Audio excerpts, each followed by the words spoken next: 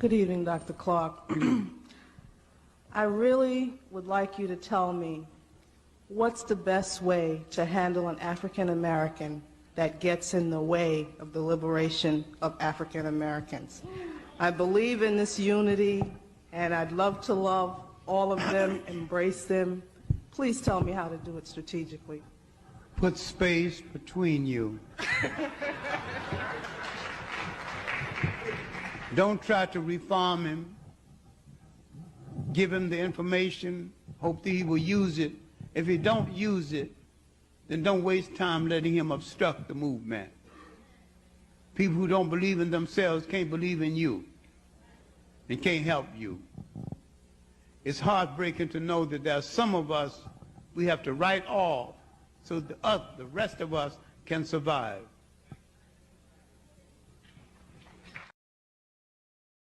I just told you a little while ago, these leaders that they call leaders, this included Lena Horne, this included Dick Gregory, and this included comedians, comics, trumpet players, baseball players.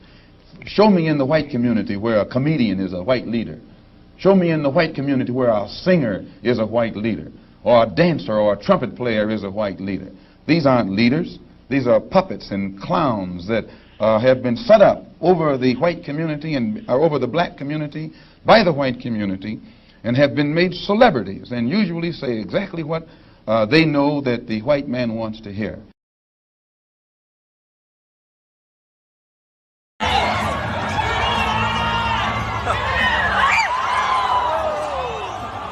Lead us not into temptation, but deliver us.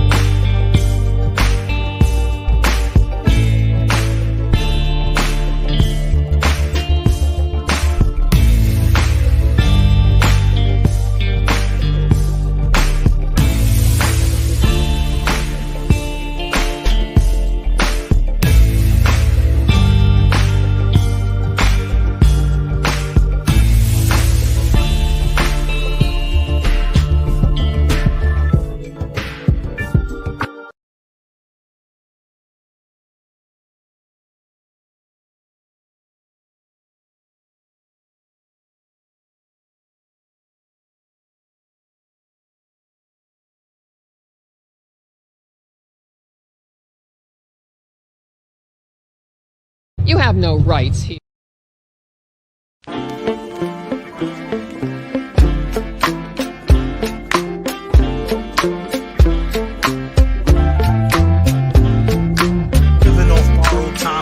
tick faster.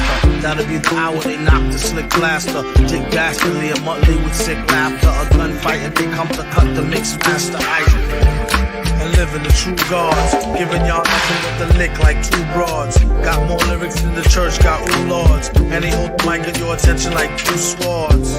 Or you the one with two blades on it. Hey you, don't touch the mic like it's AIDS on it. All right, welcome once again to the beatzillapdx official show.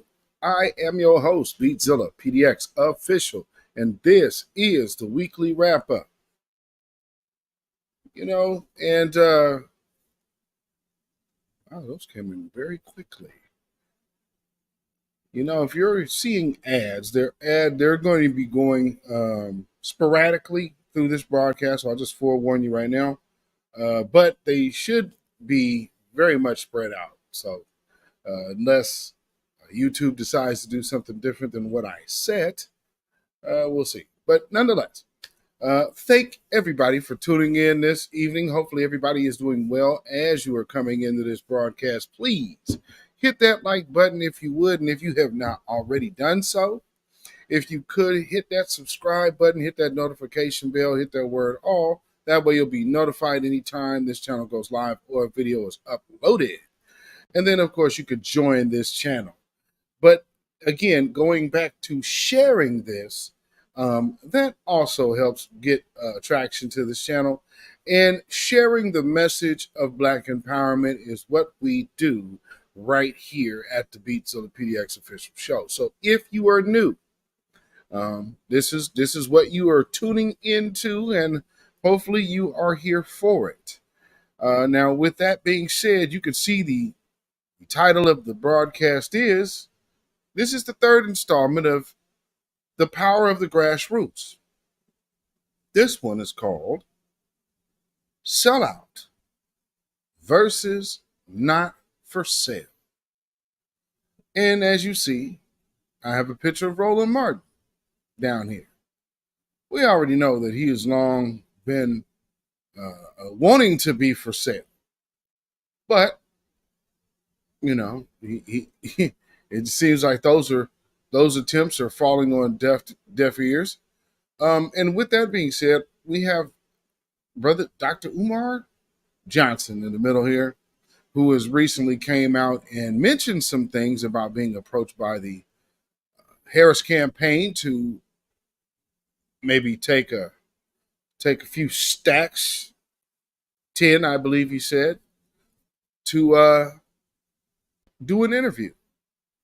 And I'll get to that as well, because there's some reasons why I believe they chose him. It wasn't by accident, that's for certain. But with that, you know, let's also get to what we do here. If you are new, we greet the family in the chat. And so with that being said, let's see what family we got in the house thus far. We have One Who Cares in the building. Good to see you, One Who Cares. Thank you for being here on this Friday evening. Appreciate it. Scylla T in here. Thank you. Jersey City is here. Black First. Yes, indeed. Appreciate you as always. Dark-skinned brother in the building with the super chatting early. Thank you. Let's get it, family. Thank you, brother. I appreciate it. Peace, power, blessings, and protection be upon you and yours, as well as thank you for being a member. Appreciate it. And a moderator, of course. And we got our good brother David Boyd from the Bronx off up in the building. Yes, indeed. I appreciate you being here. Just greeting everybody in the chat, as always. Hopefully everybody has had a good, blessed week. Isaac Holloway in the building. Good evening, FBA family. Black First from Kalamazoo, Michigan. Wow. So we got Bronx in the house. We got David Boyd from the Bronx checking in. We got Isaac Holloway checking in from Kalamazoo, Michigan. We got Jersey City in the building. Oh, yeah, we doing it. Yes, indeed. We got our good sister, Judah Yisrael, in the house. Shalom and Black First family. Thank you for being here, member and moderator, and all that you do, my good sister. I hope all is well. Good to see you in the building, as always. And We got Dominique Devereaux in the building. Hey, y'all. Hey, what's going on, my brother? Dominique Devereaux. And we are going back to the 2008s tonight. So, yeah, it's going to be a very interesting night. I'd like to see what y'all feedback is on this one. And I see Key Prince in the building. Salute, Key Prince. I appreciate you for being here and being a member. Black First. Peace and blessings, chat. Yes, I appreciate you spending this Friday evening. And we got Dark Skin Brother gifted 10 Beatzilla official memberships. Salute to Dark Skin Brother for the gifts. I appreciate that. Yes, indeed. So if you are those who got a membership gifted to you, I appreciate that. And once again, salute to my good brother, Dark Skin Brother. We in here tonight with the super chat. I appreciate it. Peace, power, blessings, protection. Man, peace, power, blessings, and protection be up on you and yours, man. Appreciate it. So let me set this one up. Let me go to this particular story, because I found this to be kind of interesting. When we're talking about them using influences and trying to find black voices to kind of move in these political spheres, in just, I guess, my research for this video, I'm like, something is very interesting. Y'all remember when they were trying to ban TikTok? Oh man, we're at threats and all these threats, and TikTok is looming threats, and these people are foreign actors, and all of these threats on TikTok, right? Now, the tune has kind of changed. So I wanted to just look and see what was going on here. So I went and looked at an article, and funny thing, they actually, on this article, are talking about, they're talking actually about what's going on fairly recently. But here's the funny thing about that. Okay, the video they're showing is of them pressing the issue of there being a need to ban TikTok. So there is definitely some interesting things here. What am I seeing in there, guys? Still, somebody spamming my chat. Might have to time somebody out. That kind of looks like we're doing some chat spamming here. They joined the spam, so if my moderators could get rid of that, greatly appreciate it. You could chime in the conversation, but please do not spam the chat. I'm surprised Nightbot didn't catch that, but nonetheless, our moderators are on deck. So just be forewarned before you think of doing something silly here. And there I am. And let's get this on the screen. Hopefully everybody is doing well this evening, like I said. Happy Friday. And let's look at this here. So this was something that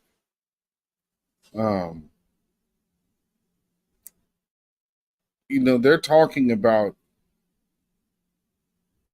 like Lindsey Graham. If you guys remember that whole melee, oh man, we got to ban TikTok. There's foreign actors. Okay, let's just listen to this. 170 million Americans have made more than 5 billion videos on TikTok, the app's owners say. And earlier this year, Congress passed a law to take TikTok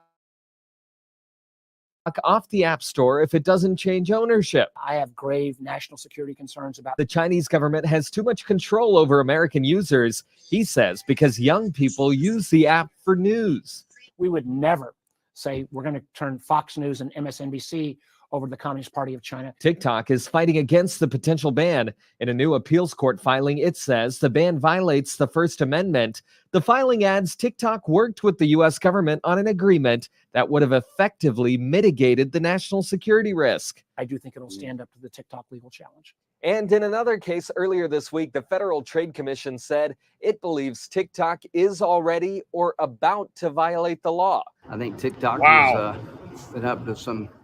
Yeah, I'd like to know legally what they find there. The FTC voted to refer a case to the Department of Justice over alleged violations of the Children's Online Privacy Protection Act. The FTC says that law gives parents control over what information websites can collect from their kids. Makes sense. Ultimate control by the Communist Party of China, both in terms of scraping American data and in terms of propaganda techniques. TikTok says in a statement it's proud of and remains deeply committed to the work it's doing to protect children. Lawmakers in Washington disagree. In Washington, I'm Vinay Simlot. That's very interesting. See, so they went there with it.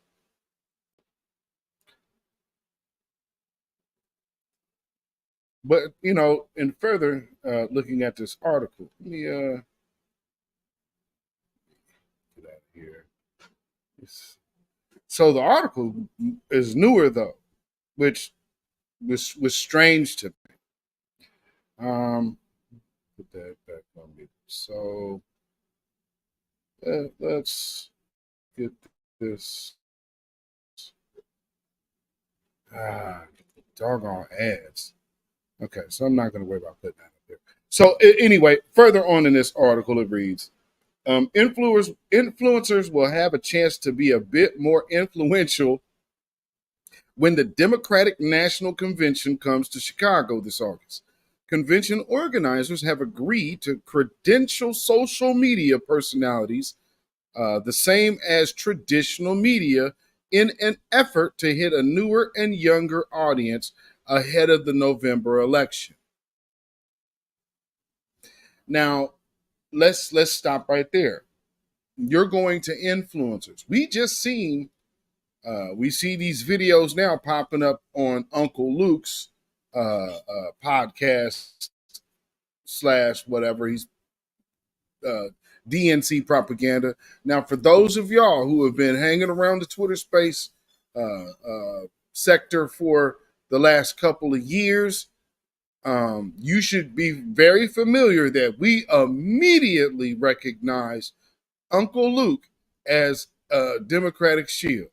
Him, Nikki Barnes, the light-skinned lawyer dude, was it Steven something?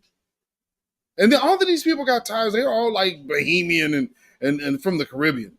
So they have a big issue with foundational Black Americans.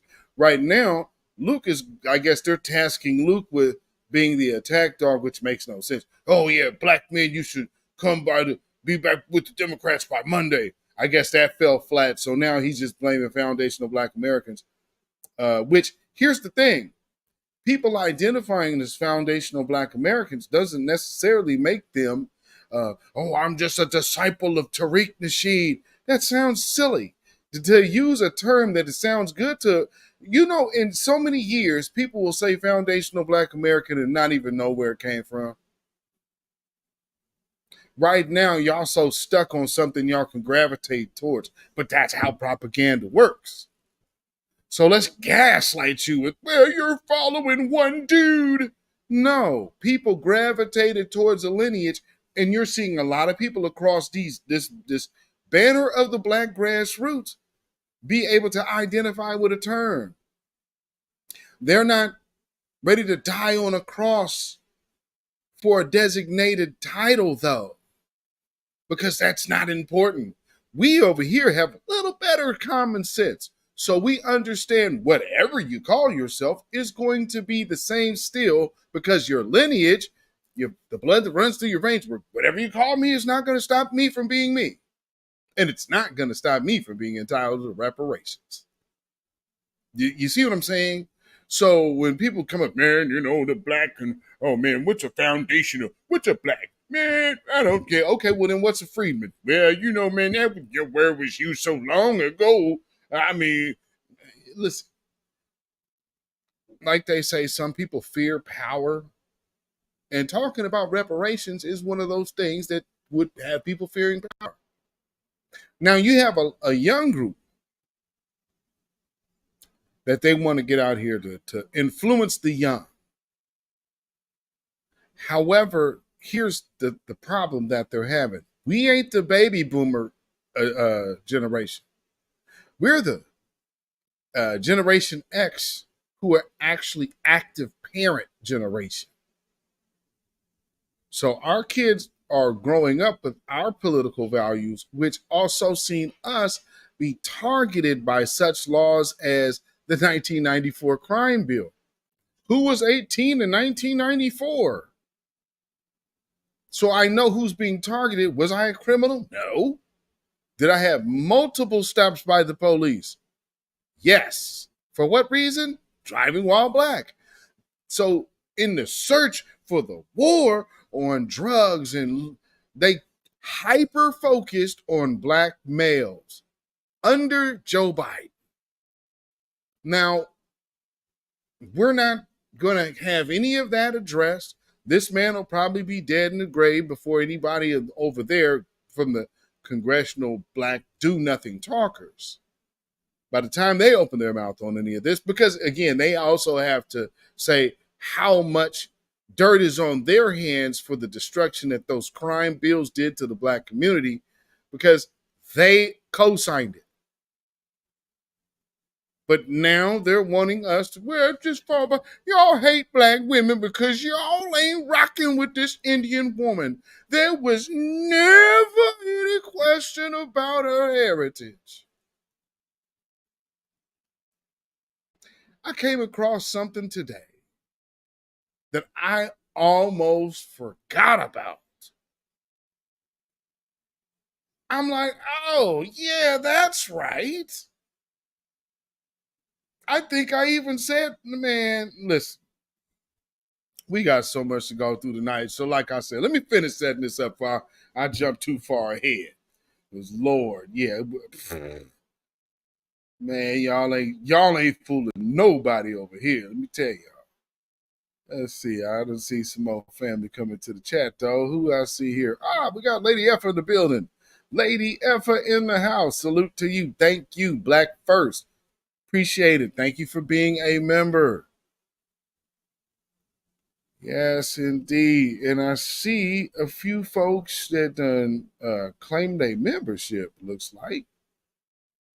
We got Moonrise, Black First from Kansas City, Missouri. I appreciate it. Thank you, Black First. Yes, indeed. Kansas City, Missouri. That's what's up. No money, no vote. Couch 2025. Man, let me tell you. Trey Neville, Black First. Appreciate it. Yes, indeed.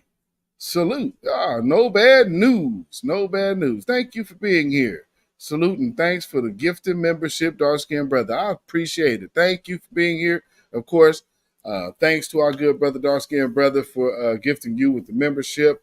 If this is your first time here, this is what we do. We talk this black empowerment over here. So thank you for tuning in, and you can check out some of the older stuff if you would like. And welcome. I appreciate it. Thank you. We got our sister Tasha Peters in the building. Salute. I got my membership. Thank you. Good evening. Yeah. Salute to you. Thank you for being here. Glad y'all on the East Coast are still up. I appreciate you. Salute to y'all. Black First.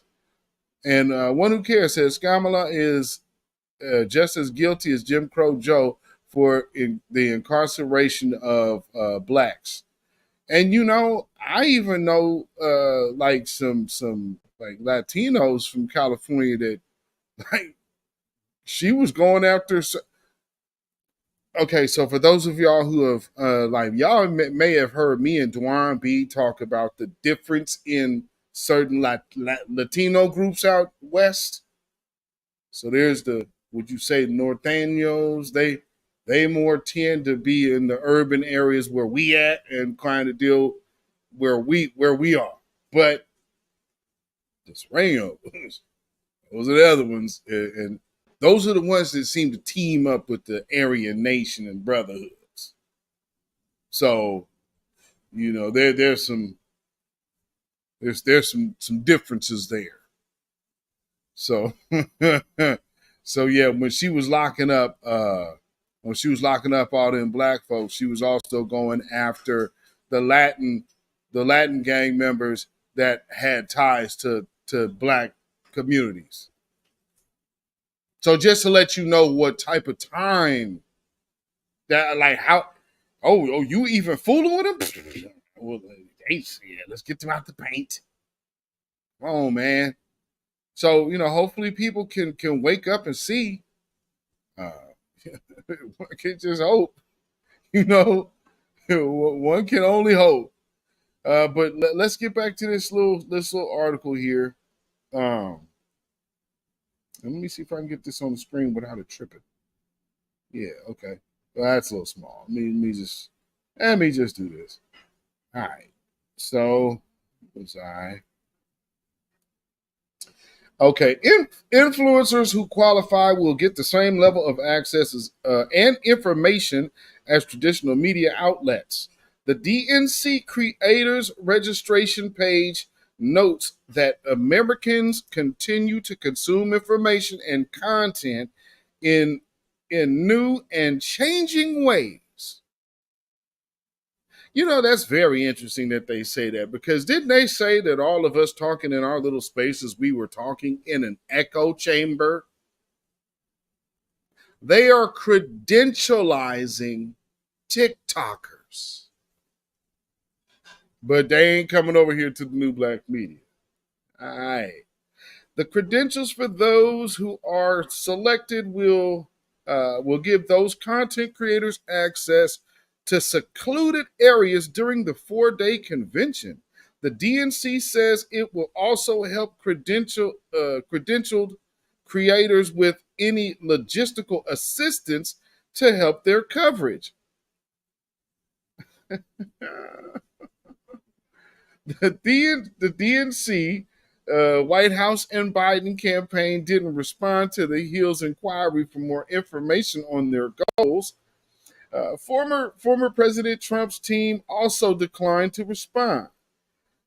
The Biden administration has notably embraced online influencers, content creators with sometimes massive followings on platforms like TikTok, Instagram, and YouTube, and hosted regular meetings and updates at the White House. Let me just stop right there. You know who's missing from that entire scene, though? This poor fella down here to your left. They are going to talk to Luke, reparations, Luke. And then a bunch of random TikTokers. They got Kai. He's he's a non-founder. He already, yeah, okay. Now, so they're going to go get somebody else, another teller that done said something slick about black folks. So they done spend all that money trying to get him. But they ain't fooling with Roland at all. The phone is not ringing over there at the Black Star Network. The phone is not ringing. I mean, hey, man. They're combating our influence, and at the same time, Roland Martin, hey man, they telling you ain't got none.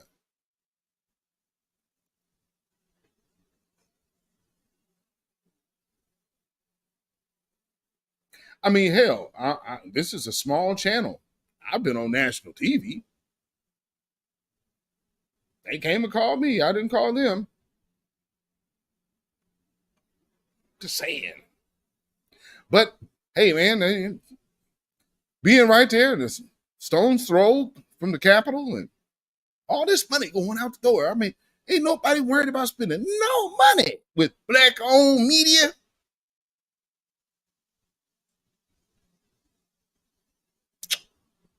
Guess not. Axios reported last year that Biden's team planned to lean on hundreds of social media influencers who would tout Biden's record and soon may have their own briefing room at the White House. Oh my goodness. Now, for those of you who have been tuning into this broadcast for a while, I definitely have been talking about this for the last few years. Get ready for the Shield Squad. And mind you, it's not just these TikTok influencers that they are putting money into. Now they're going to credentialize them to make sure that those platforms can cover the DNC convention. But also these other influencers or infiltrators that are sent out here to just send disruptive messages to the message of empowerment. I want you to take note in like Steve Harvey's situation, Ricky Smiley. Steve Harvey is coming out of his mouth basically telling black folks black people's issues shouldn't matter. There's no other group out here being told that. Let alone coming from somebody from their very own group. They use melanin to push anti-blackness. And that's one thing that I hope a lot of people wake up from soon. Because again, with all of these scholars out here, with all of these other businesses, we're talking economics. We get a concert. And now she came out with her economic plan today. Now, it really didn't say anything, and we'll address that too. But now just understand, there's a whole wave of propaganda, and they're going to act like it's grassroots. But remember, we're telling you and showing you right here, it's not grassroots. It's funded by the DNC.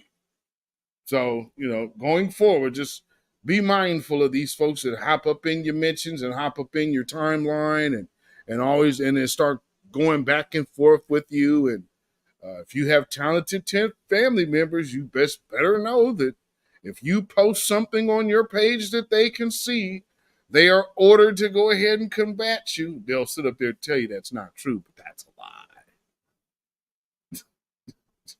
They will say, oh, that's no one told me to do this. That's a lie. If they're paying all of this money for people to do, you think they wouldn't be doing it? Come on, man. Yeah, that's a lie. All right, so Biden's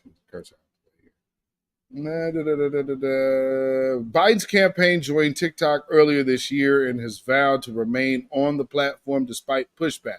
Now, see, that's you trying to lean on TikTok to sell to America. Now, we were talking about that before, about they were forcing China to sell it, because that is where black influence has been kind of manifested. And if this ain't the proof of them combating the grassroots influence, I don't know what is. Because TikTok was bad just a minute ago, but now, oh man, TikTok, we're going to credentialize you guys and bring you to, so there's no Chinese influence over here with the DNC party now, huh? My, how the tables have turned just within months. Isn't that something? Anyway, when the stakes are this high in the election, we are going to use every tool we have to reach young voters where they are. So does that mean that this tool was trying to be stopped because young voters were getting a different message? I wonder what message that might be. TikTok reaches more than 100 million regular users in the United States daily. Isn't that interesting? But Biden's concerns about the viral video sharing app, which has ties to China Communist government through its parent company, ByteDance, have soured some younger people to his efforts. You think? TikTok is fighting a federal ban in court, arguing that it violates the First Amendment.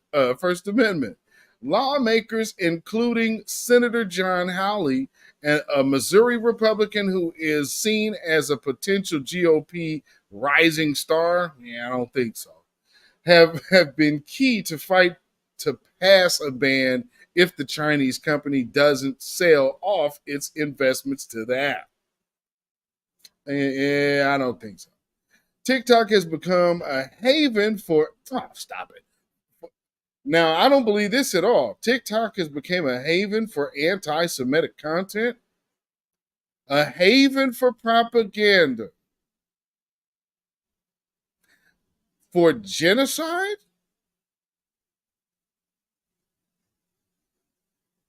I'd have to strongly disagree with that. Matter of fact, you're lying on the people with that one, man. Let me just skip a little forward to the next quote. As virulent and offensive as this content is, that is no reason to ban them. The real reason to ban TikTok is that it is a spy app for the Chinese Communist government. Trump's campaign joined TikTok in June.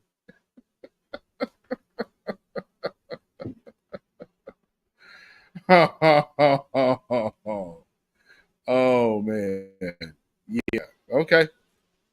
That's funny. So just to give you a preface of where we're going, and with that, they're pushing propaganda.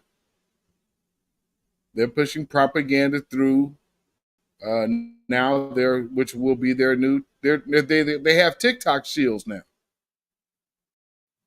I guess you could just call them TikTok shields.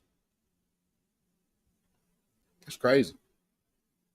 Crazy but true. Crazy but true. So, hey, man. This folks is nuts, man. So, moving along. Y'all, let me get this guy. Y'all got to see the next one that actually has something to say, which I really don't know why he tried to jump into this conversation.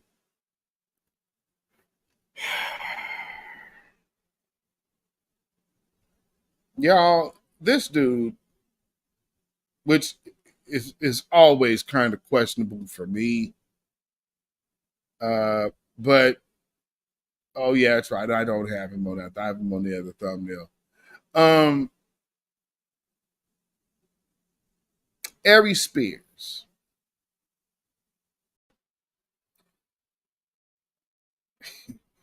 And I say suspect for a few different reasons. But he has came out of his mouth quite a bit to say some over the top stuff. His antics have been well documented. He got swung on by Zoe Williams at the 5150 show, but I mean, who's going back that far down memory lane? But I guess he felt that he would jump out there, considering how there's money going around. There's word that money's out there to talk positive about Kamala Harris.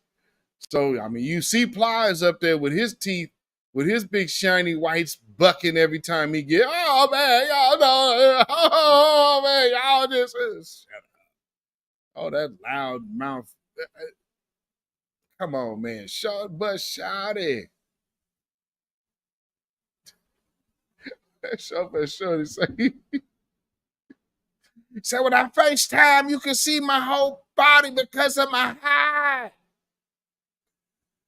Oh, Lord. But this is about Aries Spears. So he wanted to chime in. So let's hear from Aries Spears about shaming black folks for not voting for Kamala Harris, because the best way to get us to do something is to talk crazy to us. We just that stupid.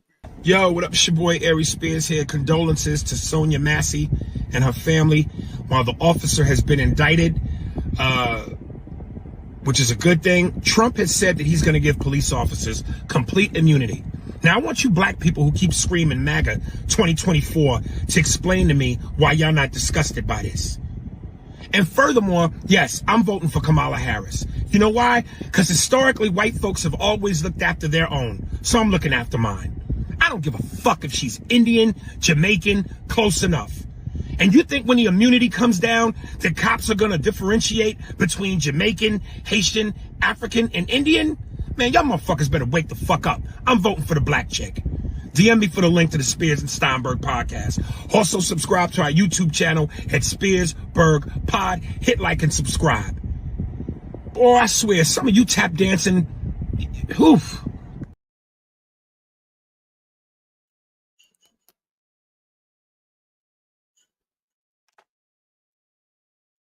Coming from this guy, that's rich. That is, I don't know what it is about some folks. Boy, yeah, man, let me put on my New York hat. No shade to my New York folks, man, but hey, man, y'all turn out some suckers every now and then. Everybody does. Everybody gets their duds. But this guy, man, y'all. I don't take my political cues or manly views from a dude who would compromise himself like that. Got one man, and this be my man. When I say my man, he really my man. Only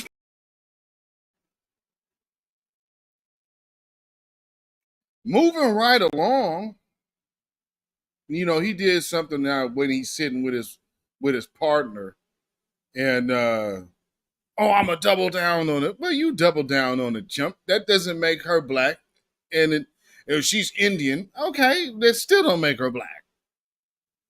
Hey, she gets some kind of honorary pass because she's been, man, I don't care, she can this and that. We have sat up here and heard all of this hogwash about how, Kamala Harris is black and she could even be both and yada, yada, yada. And boy, I'm got to realize how long I've been, at this. And, oh, yeah, I almost forgot about this. Because so much happens in these different news cycles and political cycles, right? When people say that she never identified as Indian, and she can be both, she can be multiracial. Well, I have a question. I believe this is back in, 2017 or something like that. For those who don't know, the Jaya Pals, one being from my neck of the woods, being from my own area, her sister, which would be part of that liberal squad out there or whatever. And this is one of the days when all of the Indian Americans got sworn in. Yes, Indian Americans. Indian Americans. Not to be confused with black, brown. No. You can literally Google this from the Associated Press. And the title says, Indian Americans sworn in. This is a big event. Why was this not, this multicultural, but, not just bringing it back to wiping away the whole, the question of her race is never in question. This is titled from the Associated Press. Indian Americans sworn in. Oh, she's always identified as black.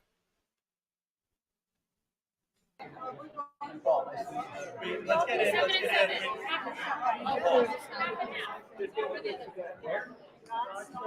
Oh, yeah. Let me make myself small. I don't want y'all to miss this. I appreciate Mark that you called him. Oh, yeah, he didn't call me, but he's from Wisconsin. Oh, yeah, they're all friends. They're very neat. Those are my brothers.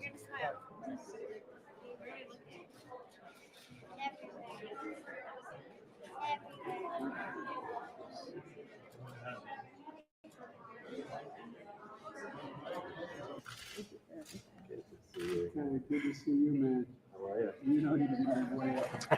You know that, right? All right. We're going to have you stand in the middle. Okay. And Kamala, you stand over there. We're going to reenact the ceremony, and then we're going to bring in the folks, okay? Well, you ready? All right. That's a good way to do it. All right? Yes.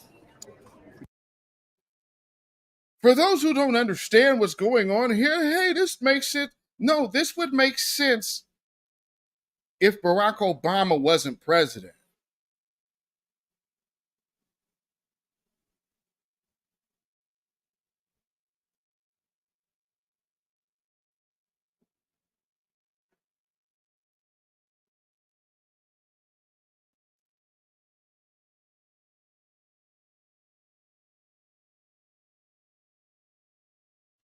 You have Joe Biden, because remember, Joe Biden was just taking it easy after being vice president.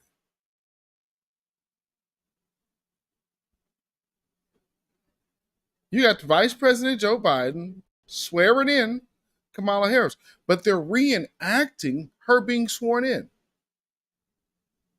Why is that, you say? Well, because, as you've always often heard, presidents aren't elected. Presidents are selected. See the early setup of how you, and oh man, let me go back to being small. Oh, it's just the tip of the iceberg of this one, family. Let's go. Let's go. Put your left hand on the Bible, raise your right. Do you solemnly swear to support and defend the Constitution of the United States against all enemies, foreign and domestic, that you will bear true faith and allegiance to the same, that you take this obligation free without any mental reservation or purpose of evasion, and you will well and faithfully discharge the duties of the office upon which you're about to enter, so help you God. I do. I don't have to count my Now you got some family out here? Thank you. Come on, family. I got quite a crew. Well, great to see you. You guys. Let's take a look at the family, shall we? Let's go ahead and get all of that on the screen. Let me not impede your view at all. I mean, I just want to make sure that you're getting all of this. And that guy back there in the red tie, not sure who he belongs to, but don't believe it's them.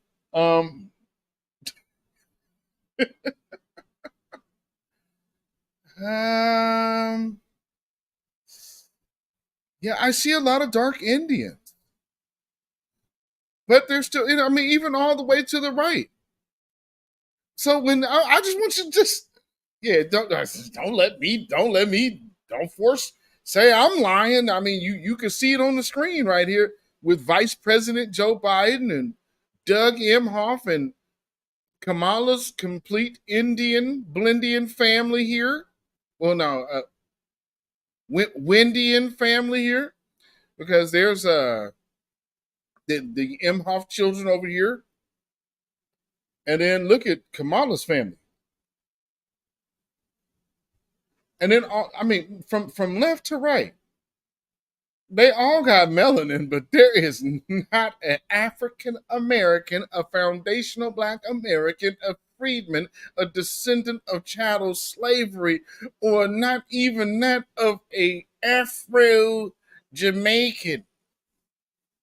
Nope. Just some good old brown skin Hindus. This is nothing new. If you have lived out west, you would see these type of Brahmins all the time. And yes, they could easily be mistaken for black for a person who doesn't know better. But take a look at all of their hair. None of these people get perms. Kamala Harris doesn't have a perm.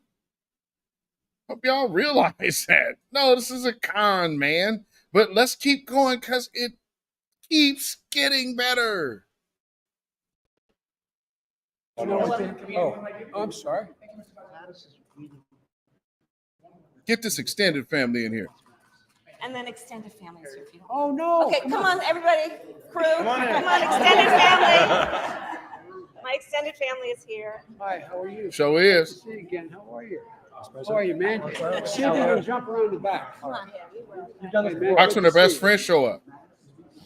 How are you? Nice to see you. How are you? Welcome. Best friend from kindergarten. This is my best. Yeah, did you guys catch that? Her best friend from kindergarten. Kindergarten. This is my.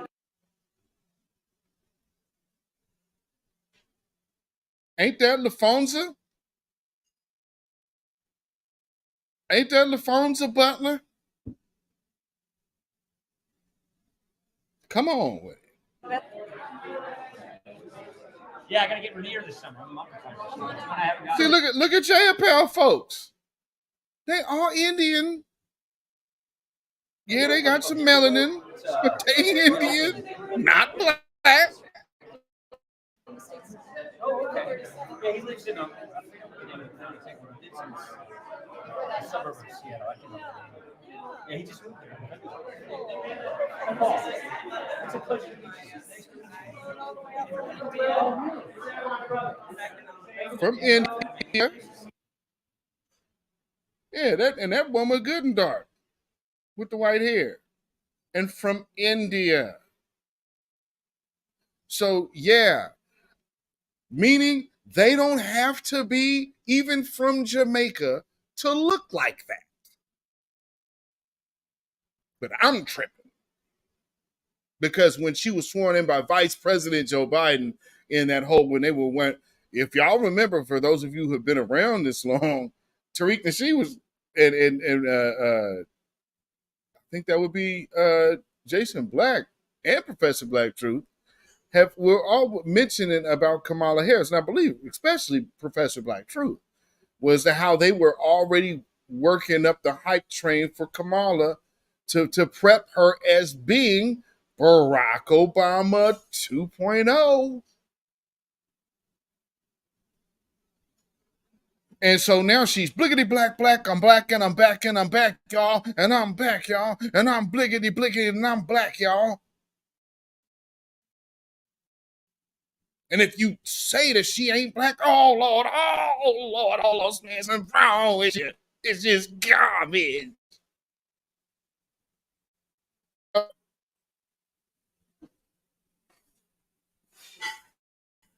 The gift that keeps on giving. If you guys watched the last broadcast, we had to talk about Ann Coulter. They're upset about Ann Coulter. Why? Because Ann Coulter said we ain't fooling with Kamala Harris because she's not a foundational Black American.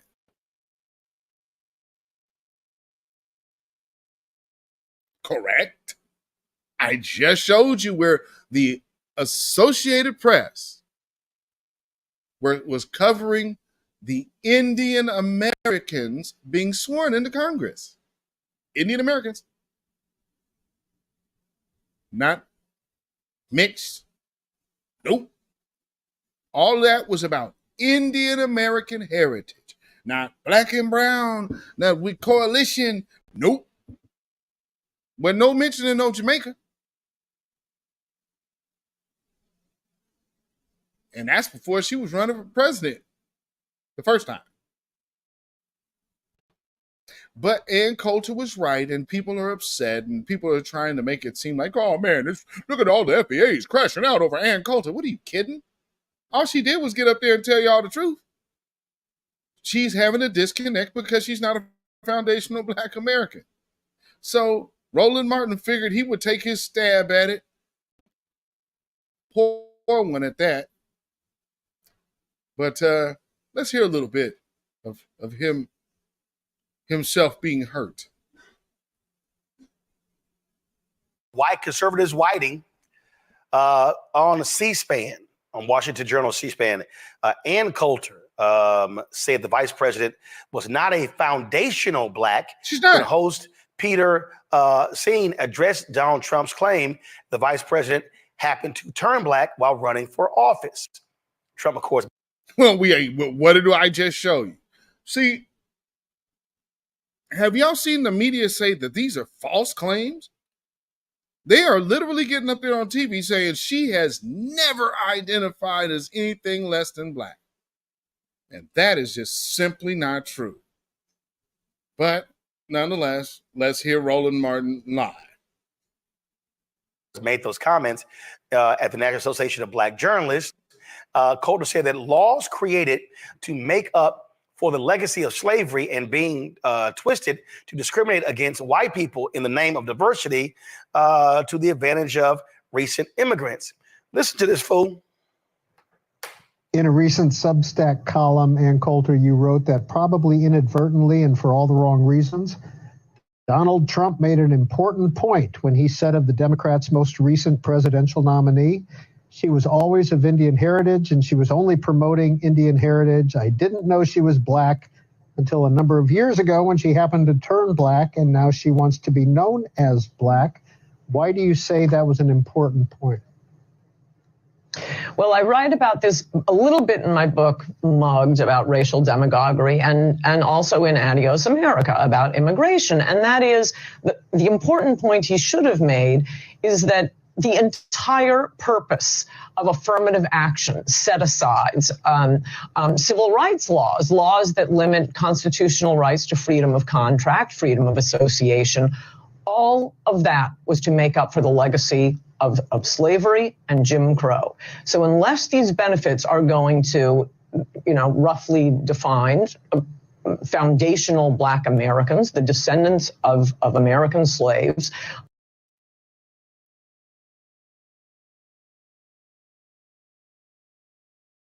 why are you upset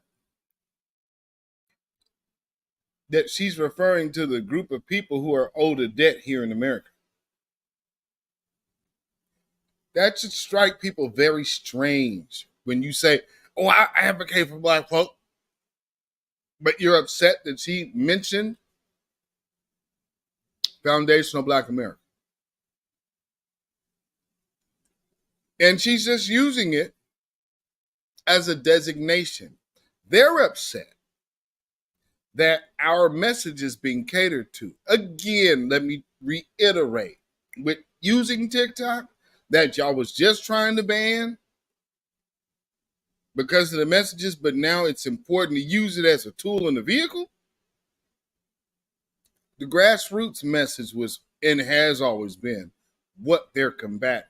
But I just want to make it more evident to y'all that, hey, they see what every last one of us posts, and they hear what we're saying out here in these Twitter and YouTube streets and Twitter, TikTok, and Instagram. They know that the grassroots is where it's at. But, they have to muddy the waters, and they're definitely trying to do that. Now, let me get back to, because we know what she said. Foundation of Black Americans. So let me get to his response, because again, what she said was true.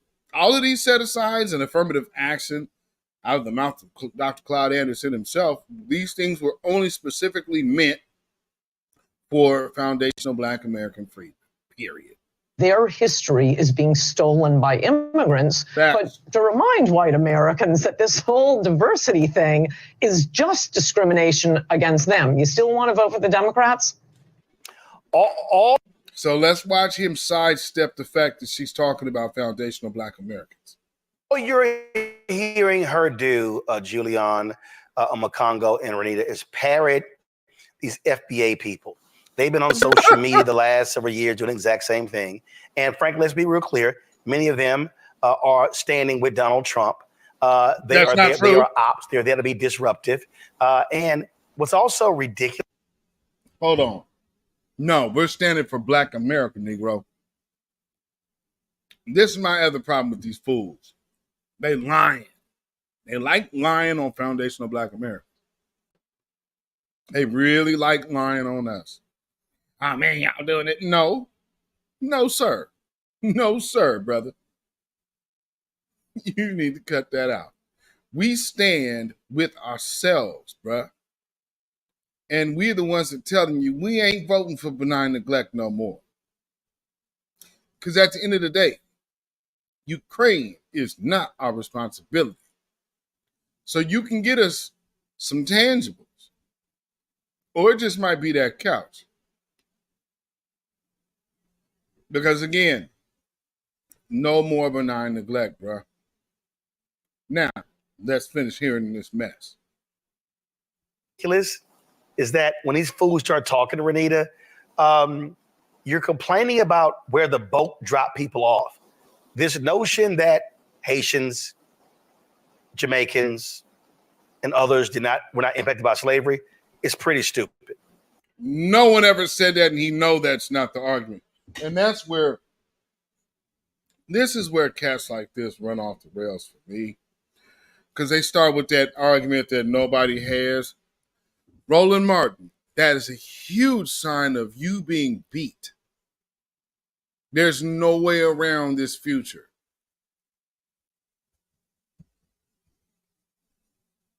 Maybe that's the problem. When you start, all they're doing is parroting what they've said. Well, here's the point, Roland Martin. The people who this country deems to be more important than you are talking about us. Not you.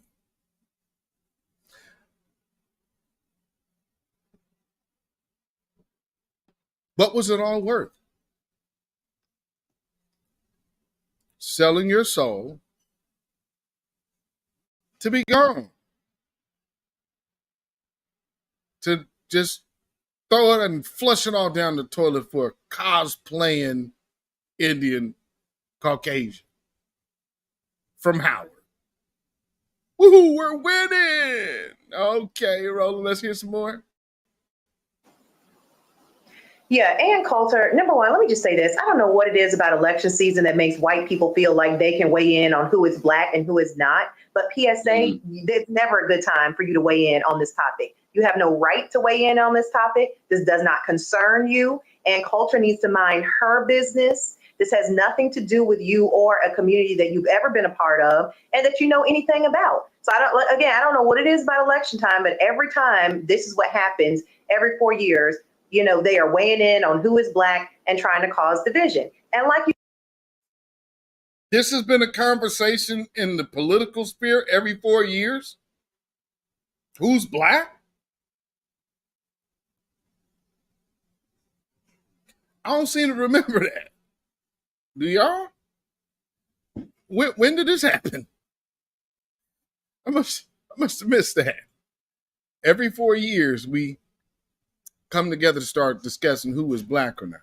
Well, maybe she's alluding back to while back in the day when people wasn't trusting Barack Obama because he wasn't a foundational Black American. Maybe that's what she means. Let me hear a little more, but I actually have that somewhere. Actually, I believe. Let me see. you said, Roland, it's mostly just Republicans ear hustling on the internet, looking at the comments of what Black people are discussing amongst our own community, and then trying to use that to score election points, Let me get this straight. A political party is putting ears to the ground to listen to the voices of the people, to hear what voices is literally moving the needle out here. So admitting the truth versus standing in steady denial, hoping that we go away.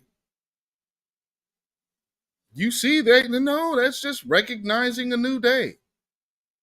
And Coulter is telling you, hey, white America really should only worry about paying Black America. None of these other people are our worry. And see what Ann Coulter is doing, and that's what they don't like. It's a dog whistle to white people. It's a dog whistle to white people to say, you might want to start warming up to that idea of reparations. Because truth be told, we only owe them. Look at this disaster everything is became. And we don't owe these people anything. And then soon they'll be overtaking us. And then there will be no protection. Because then, by the so-called foundational white American spending all of his time to undermine foundational black American freedmen, so us foundational black American freedmen, the foundational white Americans have spent their whole time trying to undermine us. But look at what they've done. They put themselves in such a quandary with dwindling birth rates. Why do you think that Kamala Harris is the whack-a-mole president or the whack-a-mole candidate? Roe v. Wade, no one cares over here, ma'am. And there's a reason, because if you want to be Barack 2.0, you might want to revisit, and I know some people are too young to know what Barack Obama was talking about way back when. And what you have heard today and recently probably sounds new, but it's not. So let's hear a little more of them being upset at Ann Coulter, talking about black business and trying to do it, but she just lied. Use that to bring more people to vote for Republicans, and it is something that really black folks should not fall for, should not fall for, because we see over and over again where they ear hustle on the internet, and then they come out and try to make it seem like they are so in tune with our community, and then some folks will say, "Oh, well, they really understand us. Maybe I should. Maybe they do have something in their platform for black folks." No, they don't. This all boils down to ear hustling, and nobody should be fooled by it. I'll stop right there. It comes down to ear hustle. So you're ear hustling the voices of the people, but you are representing a different viewpoint. But you can admit that they are telling the world what black people are saying. Why does it differ from what you're saying? They say these things and don't even think, like, do you realize this is my question? Why is your message so contrary to other black people? They're trying to get something tangible. You're trying to get in the way of something tangible? Why? It's an absolute fair question. And so I wanted to just take a look at some things. First, let me hit this, because this goofy cornball crap here. This is sickening.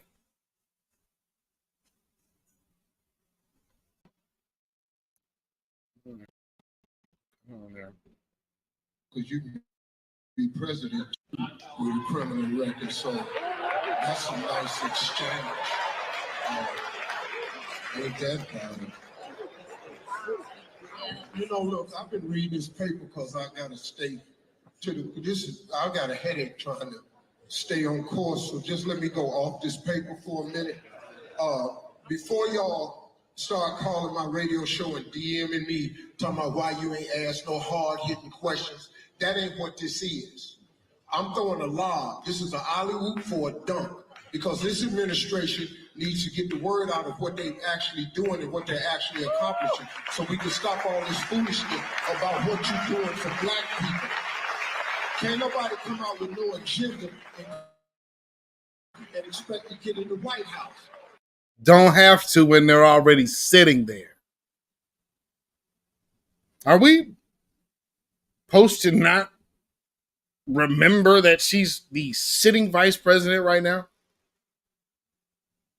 With a president who has halted his campaign and then endorsed her.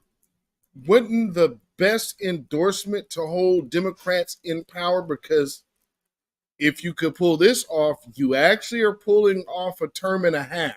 If you could do it, wouldn't actually doing something now be beneficial? If you wait till the 11th hour, it's not going to cut it. Early voting is that ship's going to sail. That ship is going to sail. And I'm telling you, that plan you dropped today, we going to comb through that. Because all I saw today, and I'm sure they're going to be fluffing it up. But let me tell you something, family. That thing that she talked about today is all about immigrants. Black folks will tell themselves all day long that was about us. Newborns, why is she concerned about giving $3,000 more plus on top of the tax income credit than Obama first did, which was $3,000? She wants to give you $6,000 for newborns, though, not for these people with existing children. You got all of these baby kids and whatnot. Oh, they don't care. No. You stick with them baby kids. These are for these newborns here. Newborns, like newly arrival newborns. So again, not only that though, so they're getting the money that they have now from this program, these programs they got in set-asides. But now she literally comes out with her plan. And all of these illegals are eligible for everything she's talking about. Then also, this is another part of her focus. None of this is addressing us, but it's addressing specific groups once again. So understanding what the Pay Shield Squad is: traitors, treacherous, dangerous, demonic, infidels. They lack all faith. Their faith is in their blue God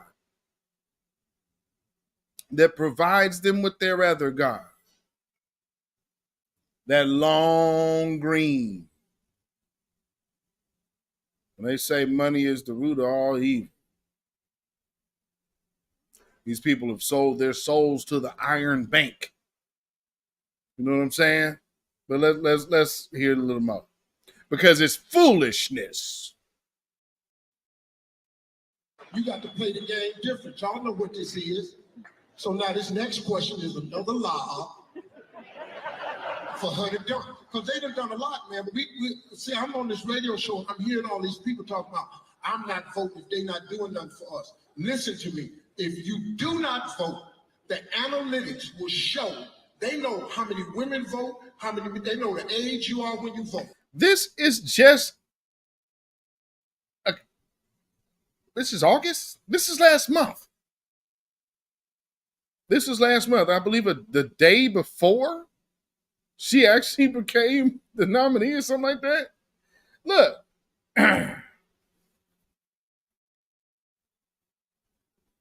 In 2024, this is what you have to say in a black men's forum. This is about black men. So coming to black men who's saying, hey, we've been ignored, y'all been disrespecting us. This is what you say. Man, we ain't got to be worrying about that, man, that foolishness. See, they've been in there for all this time. We need to get them in there again. And this time, they still can't say black. But they got an agenda for these other groups. We've seen them come to the NAACP day one. It's like we finna flood the gates. Get used to it. But now you come back 3 years later talking this mess to black folk. No, brother.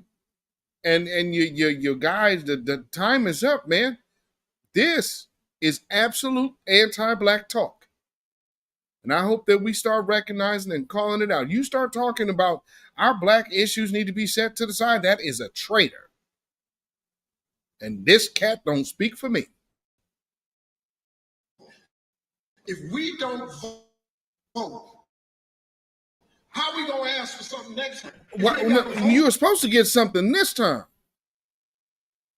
So why would we saying, well, how you gonna ask for something next time? No, we supposed to get something this time. That's why the woman you're talking to right now was even sitting in that chair.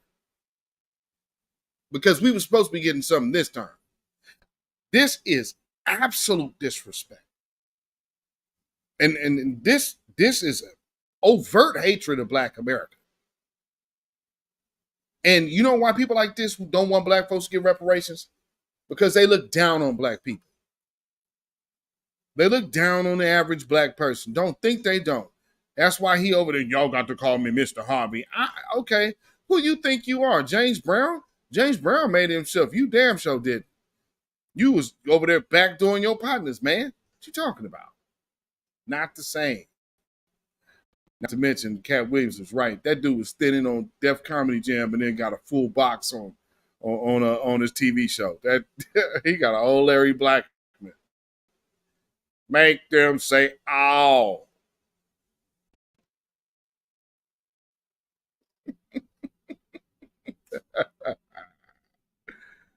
Oh man. Okay, so let's see. Where do I go? I got a few things to talk about here.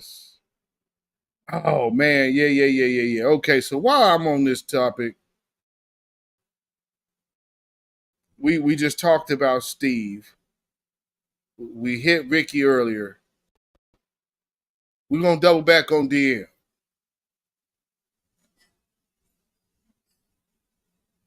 DL had a little more to say.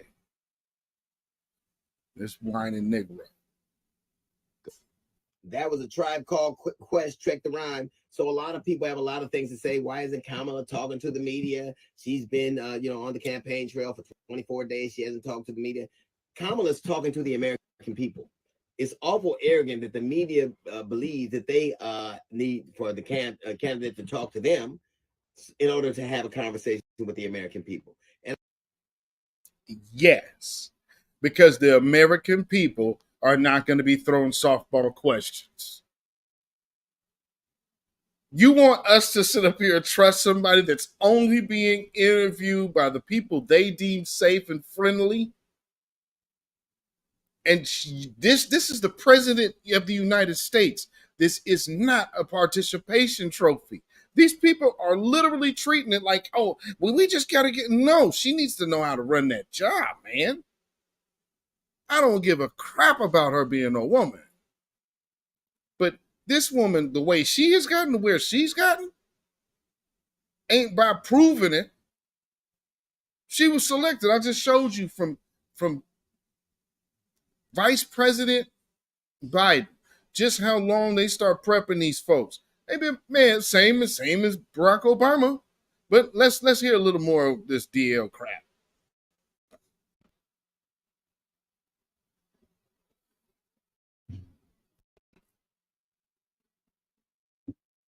And I think the media thinks that they have more reach and expanse than they do. Most people, as many people get their news from social media as they do traditional media outlets. I think it is wise for Kamala Harris to let Donald Trump keep, what do they say? If your enemy's digging a hole, let them keep digging. What is she going to say that's the equal of the dumb stuff that Donald says all the time? People call this a honeymoon, but a honeymoon is a short amount of time. That's not a campaign. It couldn't really apply if you're only going to be married a little while. This is a truncated campaign season. It's only a few months. And in a few weeks from right now, early voting will begin in most of the United States of America. So the ideas that people have, the things that they're saying and believing in right now are the things they'll vote on. And I would suggest, and it is my hope, that people who are planning to vote do so early.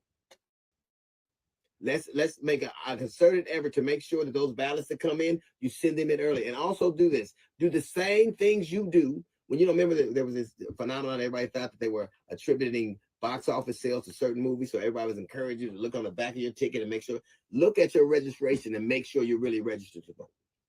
This is not a honeymoon. The honeymoon is the trickling down when people start to get to know somebody and they start to like them less. But we're not in that process. This wave is taking off. And in a few weeks, early voting will begin in the United States of America.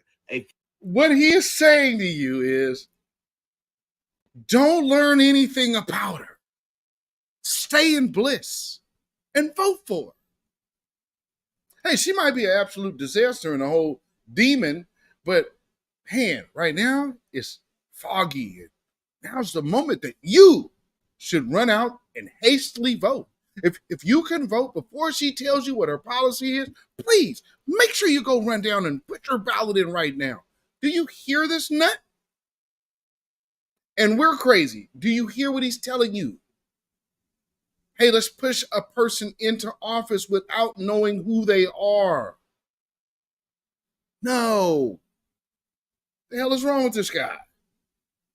Few weeks. And so those things that they're saying that they believe right now will be the things that they vote on. They have made it increasingly harder in all kinds of places for black people. No, they have not. They want to do manual counting in some place and to be able to not count ballots in some place. I would suggest this, that everybody that can get a ballot early and send it in as early as possible. And to make sure that you are registered to vote, because the game is they're kicking people off rolls. They're trying to go to city council who make it harder to count votes and to certify votes. We already know what the game is. Just like you check those movies to make sure that you ain't giving your money to bad, that it ain't going to My Left Shoe instead of Bad Boys, make sure you're registered to vote. This honeymoon that they're talking about only applies for regular campaign season. This is a truncated one. Literally, soon after the DNC happens, people will have the right to vote. So hastily throw your vote And for Kamala Harris. Sincere, I know as soon as I get my ballot, I know what I'm doing. We know you And two doing hopefully he'll anyway. have done something just as stupid the day I pull the lever.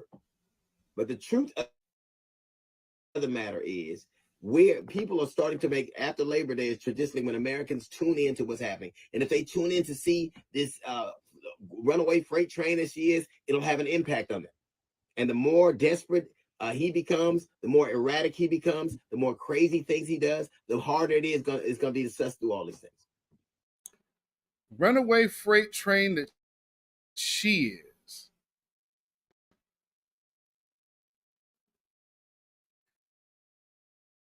Kamala Harris ain't able to read what you're talking about, and she does not have the credentials and tools and fuels even of a Barack Obama. She just doesn't. That's a fact. She doesn't. As much as you want to make her have them, she don't got it. None of it. And even if she continues to milk and rework his speeches, I don't know how long that's gonna last. I mean, but for those who don't know, so let's just go in, because she does a lot of talking about the middle class and the middle class this and the middle class this. But first, before I get to that, let's just remind you of what our elder icon, rest in peace, Malcolm X, because this is what he said about celebrities and comedians. I just told you a little while ago, these leaders that they call leaders, this included Lena Horne, this included Dick Gregory, and this included comedians, comics, trumpet players, baseball players. Show me in the white community where a comedian is a white leader. Show me in the white community where a singer is a white leader, or a dancer or a trumpet player is a white leader. These aren't leaders. These are puppets and clowns that have been set up over the white community and over the black community by the white community, and have been made celebrities and usually say exactly what they know that the white man wants to hear. And that's a fact. And that is a fact. Let me see. I see Dark-skinned Brother said whenever they get done, checks will be cut for FBA. I know that's right. Salute to you for the thank you for the super chat. Peace, power, blessings, and protection be upon you and yours. I appreciate that. And we also have Antithesis in the house with the super chat. And also thank you for the Cash App donation as well. I appreciate that as always. Peace, power, blessings, and protection be upon you and yours. And Antithesis says, I need to order a quart of that Sambo sauce. And you know, brother, you are absolutely right. D.L. Hughley and Steve Harvey, just for starters, both of y'all definitely get you a gallon of these. Sambo, Sambo, Sambo. Yes, indeed. Yes, indeed. Thank you, brother, for the super chat again. I appreciate it. And let me see. I see some family that came into the chat. Let's see who I see in here. Let's see, we got some more folks in here. Let me just go back up. Okay. In the mix. In the Mix Radio, Sambo sauce is served heavy. Facts. Facts on facts on facts. Night Rider. No Negro who believes the scriptures will support that wicked woman. Thank you. Man. Edward Bale in the house. Thank you for being here. Appreciate it. Yes, indeed. Yeah, got Night Rider in the building. We have you wait tube. Yeah. You wait tube. Don't the guy know that the police already have immunity and that bill started with Obama's blue law? Yes, sir. Yes, indeed. And everybody, oh man, you talk about immunity. I mean, don't you know, man, okay, stop.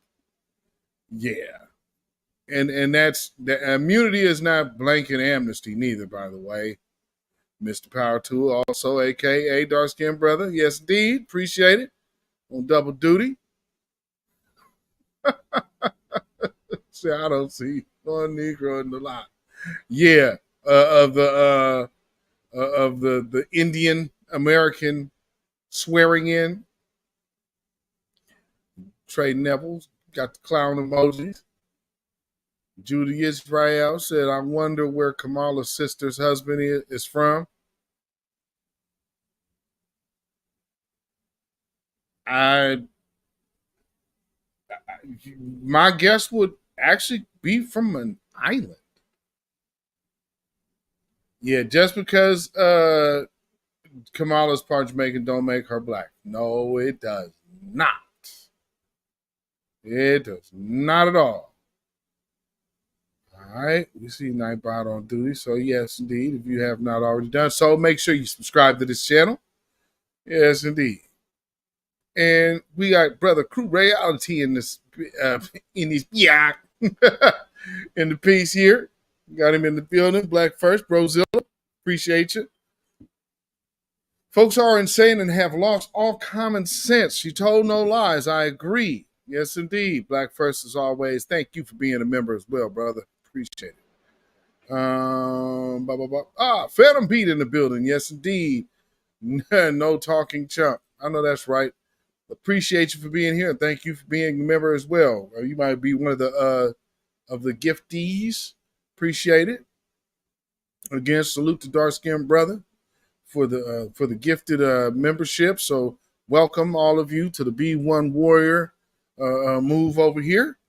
We got B Mick in the building. Yes, indeed. Welcome, B Mick. The reason they are getting mad because they know they will be getting tossed to the curb if they can't be counted on to coax us into voting blue no matter who. That's a fact. Yes, indeed. And Valdosta, Georgia's in the building. Salute my brother. And again, thank you for being a member and for the super chats. And I see our sister Kenny T in the house by moving it, not proving it. I appreciate you for being here, my good sister, as always. Hopefully all is well with you. Yes, indeed. Dr. Kenny T.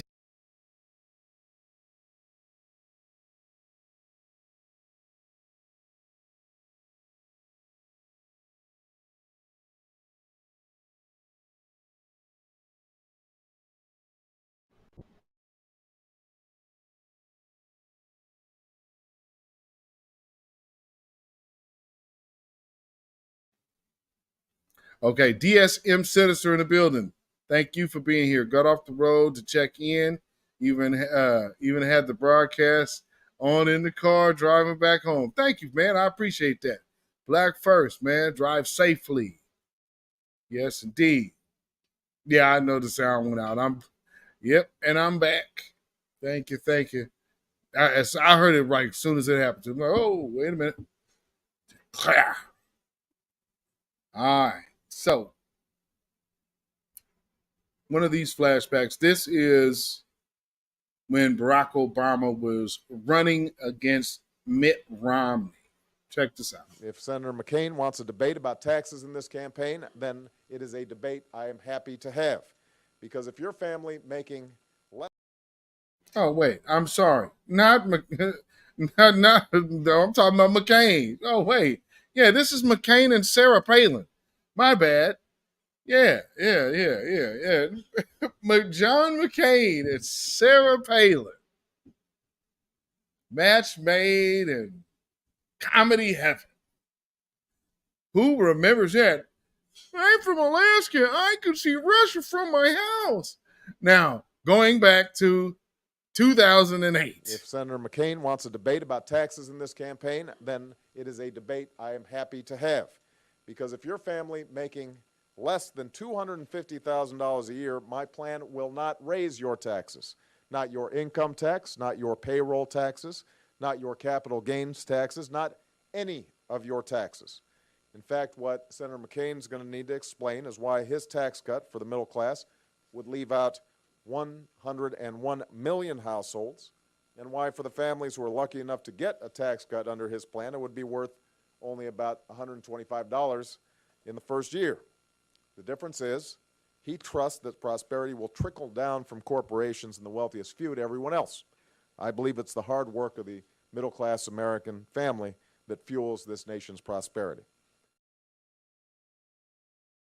The middle class. You hear that a lot, right? That middle class, you hear Kamala use that an awful lot. Let's continue to look back. But Osawatomie, this is not just another political debate. This is the defining issue of our time. This is a make or break moment for the middle class and for all those who are fighting to get into the middle class.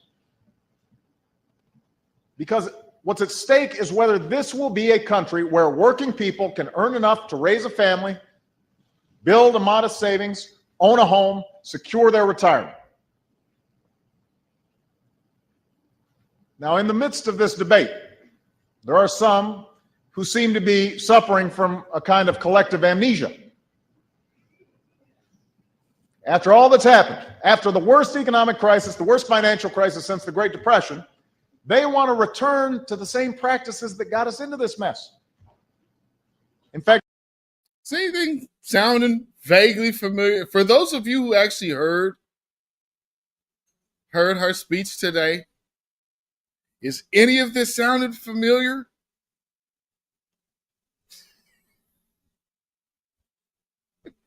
Collective amnesia. I'll say. After all that's happened, after the worst economic crisis, the worst financial crisis since the Great Depression, they want to return to the same practices that got us into this mess. In fact, they want to go back to policies that stack the deck against middle-class Americans for way too many years. And their philosophy is simple. We are better off when everyone has to fend for themselves and play by their own rules. I am here to say they are wrong.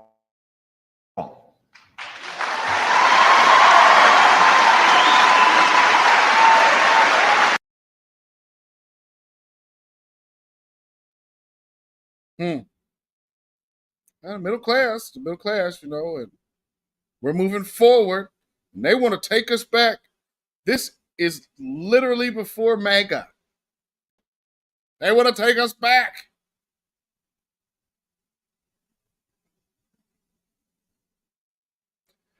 Now, let me show you something.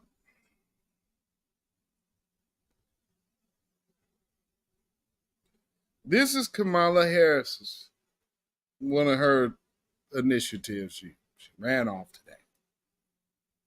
Kamala Harris's plan to lower costs as president. New tax relief to families, up to $6,000 for parents and newborns when families' expenses are highest. Especially if you just got to this country illegally. Up to $3,600 per child by restoring the expanded child tax credit in sanctuary cities, also for non-citizen illegals. Provide first-time home buyers with $25,000 to help with the down payment and on a new home. Let me guess. It's not a requirement to be a citizen to qualify for this money. And moving on, strengthen penalties for price gouging, especially on groceries, gas, and other essentials. I'll just say this. She ain't gonna do none of that. If y'all believe that, y'all are clearly, well, they believe you will believe anything. If that last one, you think that's going to happen, she's going to punish price gouging. Why ain't no other president before her did it? Because it's definitely been done before. It's most definitely been done before. Now, let me see what I want to, let me do this here.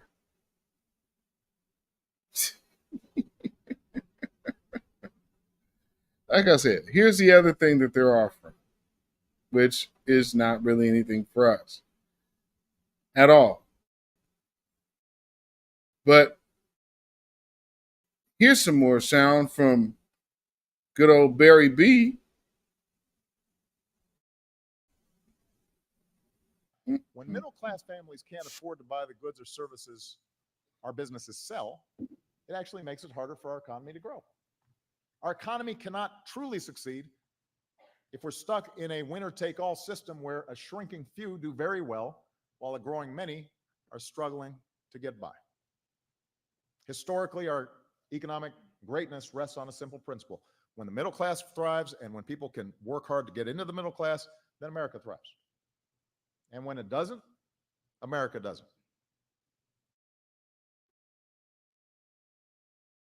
If that doesn't sound like Kamala Harris, I don't know what. And we have to fight. And when we fight, we win. Let's just look at a little bit of her speech here. Let's just check something out here. Let me couple person. We'll see some things. And good afternoon to everyone here. Thank you to all of the. Okay. Achieve broad-based growth and ensure that America continues to define the future and lead the world.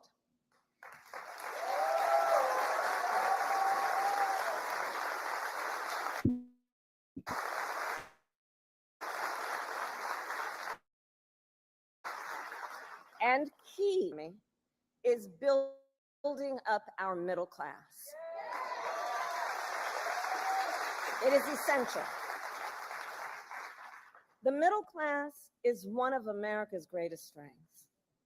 And to protect it, then, we must defend basic principles, such as your salary should be enough to provide you and your family a good quality of life.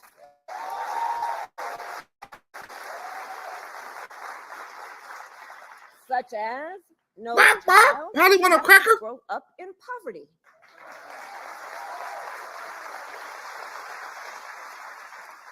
Such as after years of hard work, you should be able to retire with dignity.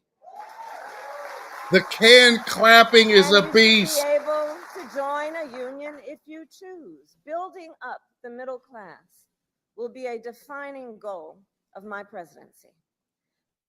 Because I strongly believe when the middle class is strong, America is strong.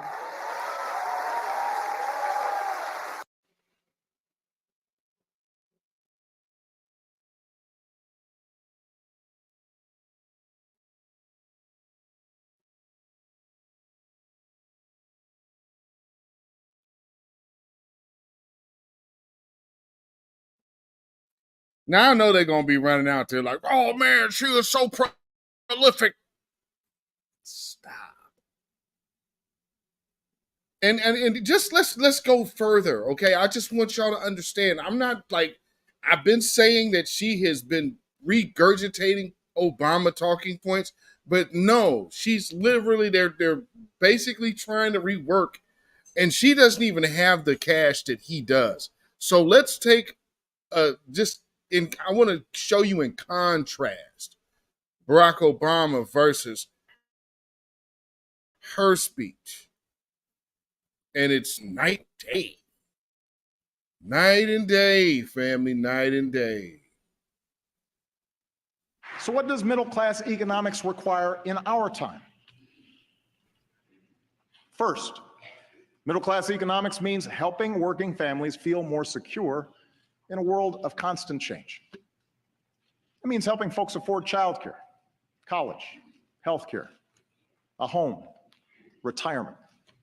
And my budget will address each of these issues, lowering the taxes of working families and putting thousands of dollars back into their pockets each year.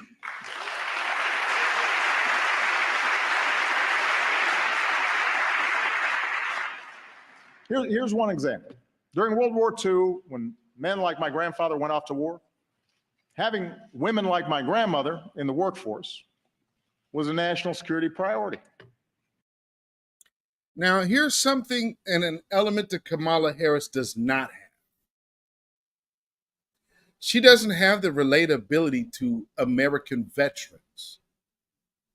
She doesn't have the relatability to older white women who have seen their rights open up and expand in America. She doesn't come from that. A lot of those things were already afforded to her when her mother got here. So she doesn't have any connection to even the Caucasian woman experience here. She doesn't know what having a grandmother that had to be in the workforce because your grandfather was off fighting the war in Korea.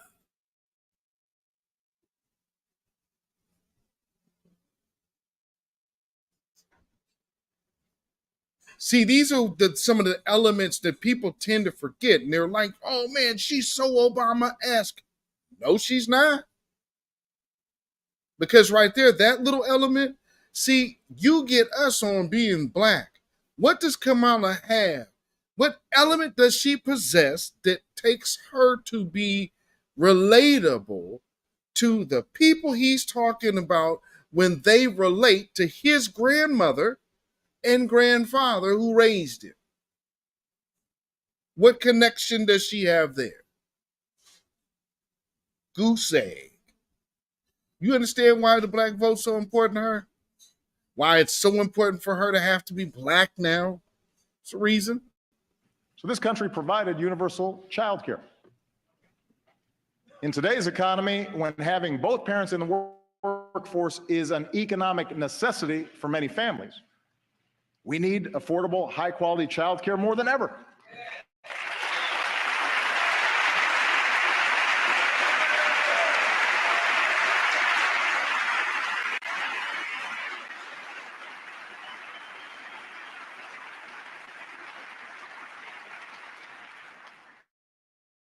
It's not a nice to have. It's a must have. Hear how people clap about children? That's nice. That's a nice, refreshing memory, isn't it? When people heard this is going to be beneficial for children. Hey, yeah, people are cheering. Yay, applause. Yay, for the kids. They're going to get something. Yay. Now, The woman's rights. F them kids. Am I lying? Let's hear a little more. So it's time we stop treating childcare as a side issue or as a women's issue and treat it like the national economic priority that it is for all of us.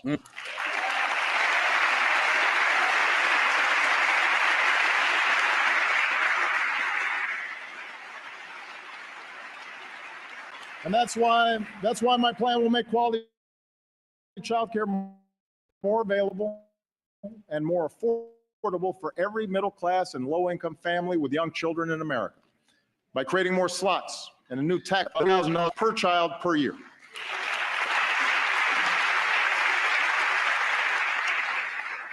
Here's another example. Today, we are the only she had to advanced country on piggyback earth. on his program. She's already another thing that you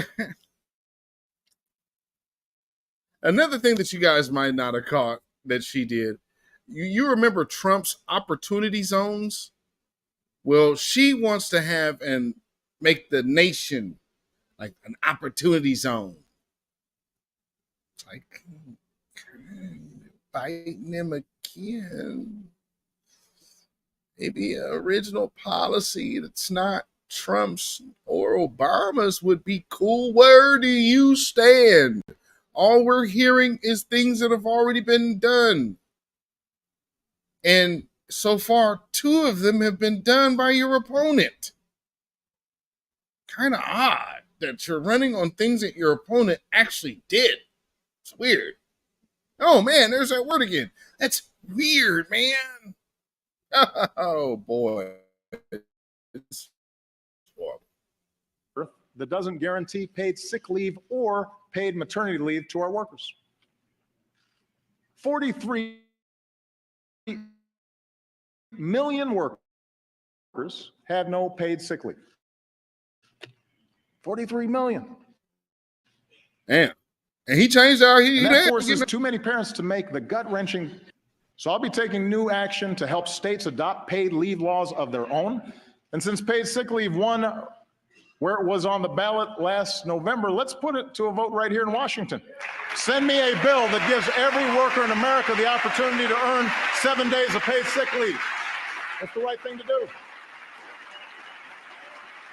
The right thing to do.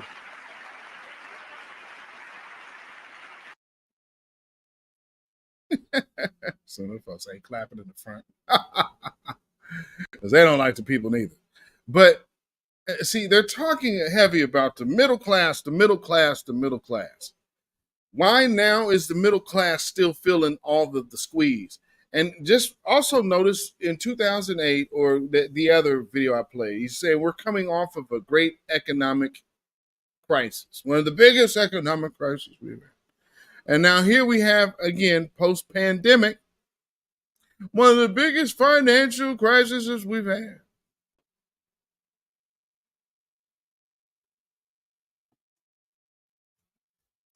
Literally reheated soup, but without the same connectability.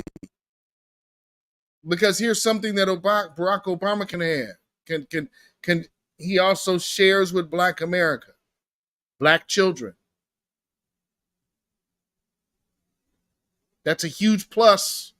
See, and you have Kamala, who is so pro-baby deletion. That is the opposite of being a family man with Black children.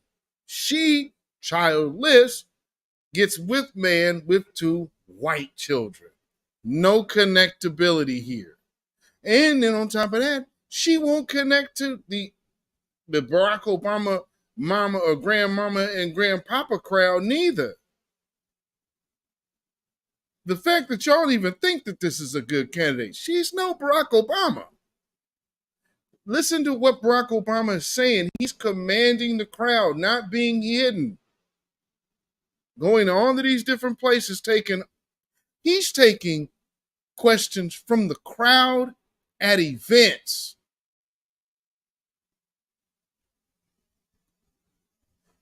and doing these televised. She's not this dude, and I'm not pumping Barack Obama up, but if you talk about a cat that could think on his feet, he damn sure is one. So let's just keep it a buck. She's not this guy at all. Not by a long shot.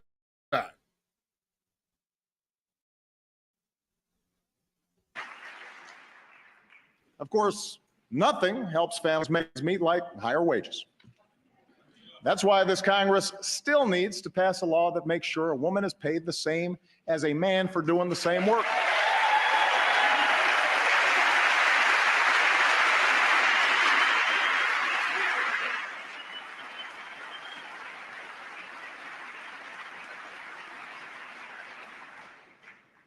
I mean, it's 2015. We still need to make sure employees get the overtime they've earned. And everyone in this Congress who still refuses to raise the minimum wage, I say this: if you truly believe you could work full-time and support a family on less than $15,000 a year, try it. If not. So he's literally out here talking about dollars. I'll give him this. That is miles away from this.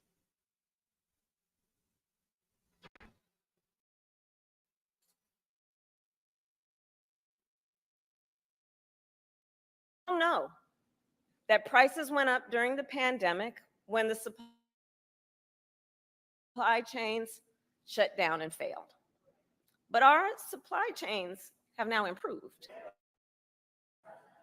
and prices are still too high.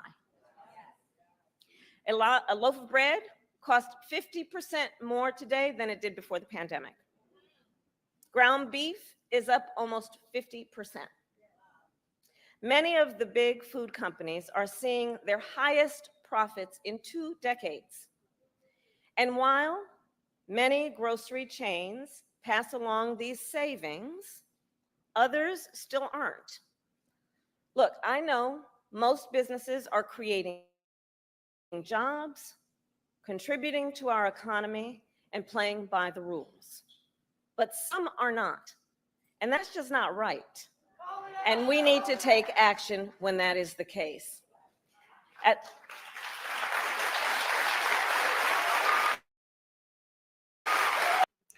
See, that's a canned response from a controlled crowd versus Barack Obama giving his State of the Union address with half the room being hostile and still commanding the room. So to keep comparing her falsely to this guy, no. The control that man got, not to mention he go out there, go talk to Gaddafi, a couple days later, they green light that dude to get his ass blown off. Are you kidding? No, there's a reason why you feared this dude. It's a reason why a few of us called him Satan, which I still believe. I mean, he ain't went away. They're still hanging around there, and now they're trying to pattern this demon. And it's amazing. You know, for those of you who don't understand or follow what some of these Divine Nine people are into, they're into these Greek gods. They're into these mythical powers, and they pray to some of these powers that are not the Most High. They dibble and dabble. Some have been even known to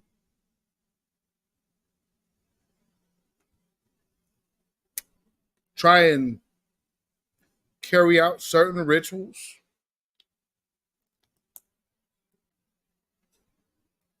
if they're sorority number was drawn up because, you know, when you're playing in matters of that realm, better be certain of what you're doing and who you're doing it to. Because there might be a different type of repercussions, like that white woman who was trying to call one of those Caribbean known deities and ended up getting the one that she didn't want. Because this, out of all of the spirits you could have been calling on, is the one who subsequently kills white women. Go figure. But like I said, these people are into a lot of different stuff. So they might perceive a Kamala Harris as a divine intervention or divine invention. Because when you start getting into the like, and I'm not getting into deep theology with that right now. I'll let y'all indulge on that on your own. But for something to kind of just keep in mind, look into the Divine Nine, and you won't just see references to Black sororities and Greek organizations, but you'll also see a reference to what they call a cult.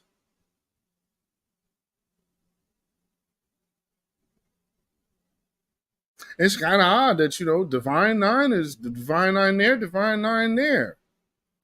I wonder if that's, you know, when you start thinking like, oh, it's the Divine Nine here and Divine Nine here.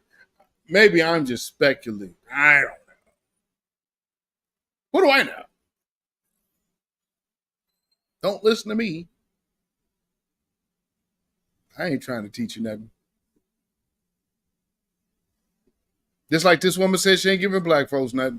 So I'm not going to sit here and say I'm going to do something that's only going to benefit Black people. No. So, with that being said, knowing that you're not wanting to do anything specifically for Black people. Yeah. Well, look what you done did. And you know what? Before I go here, because this is what we're about to talk about.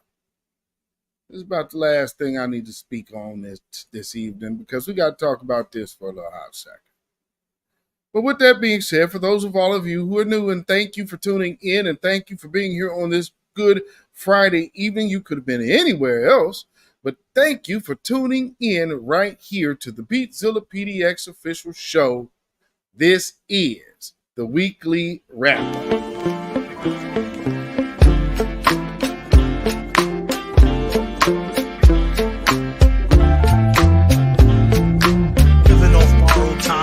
Tick faster, that'll be the hour they knock the slick blaster. Tick dastardly, a monthly with sick laughter. A gunfight and they come to cut the mix faster. And living the true gods, giving y'all nothing but the lick like two broads. Got more lyrics than the church got ooh lords, and they hold the mic at your attention like two swords. Or you the one with two blades on it. Hey you, don't touch the mic like it's AIDS on it. All right. So the last topic of this evening, which again, the power of the grassroots, part 3, the sellout versus not for sale. And, you know, I think many of us are very well acquainted with Dr. Umar Johnson. Some of us in the grassroots community probably have disagreed with him and disagree with him on a few different things, and he will as well with us. However, got to give credit where credit is due. And when you're approached to sell your people out, and who knows, you know, these folks might be like, hey, well, you need these stats. Let's go ahead and hit them up this morning. He got a little financial situation going over here, needs something, he needs to get him over the hump. Let's go ahead and kick him some change and talk nice to us, and we'll see if we can start a little relationship, you know. And so they reached out to the Prince of Pan-Africanism. Because one thing that you can say about Umar Johnson is he has definitely spoke against reparations in his day. He spoke against foundational Black Americans getting reparations. Yes, he has. So with that being said, this is the reason I believe they tried to tap him for an interview, because he, just like Uncle Luke, have spoken against foundational Black American getting cash payment reparations. Understanding the truth that they are and have been combating the conscious efforts of foundational Black American freedmen, the descendants of chattel slavery here in America, and trying to actively undermine our reparations. We have already long told you about the spending, the funding partners, and all of these people trying to have their influence on reparations. But they're trying to combat reparations, not get it for us. So, with that being said, that's the reason why I believe they thought they could tap into Umar Johnson.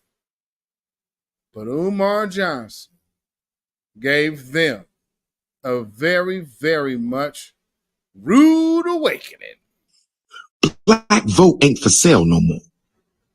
Black vote ain't for sale. We bartering on business. We standing on business. Bring us some tangibles or get out of my face. Ricky Smiley, I love you.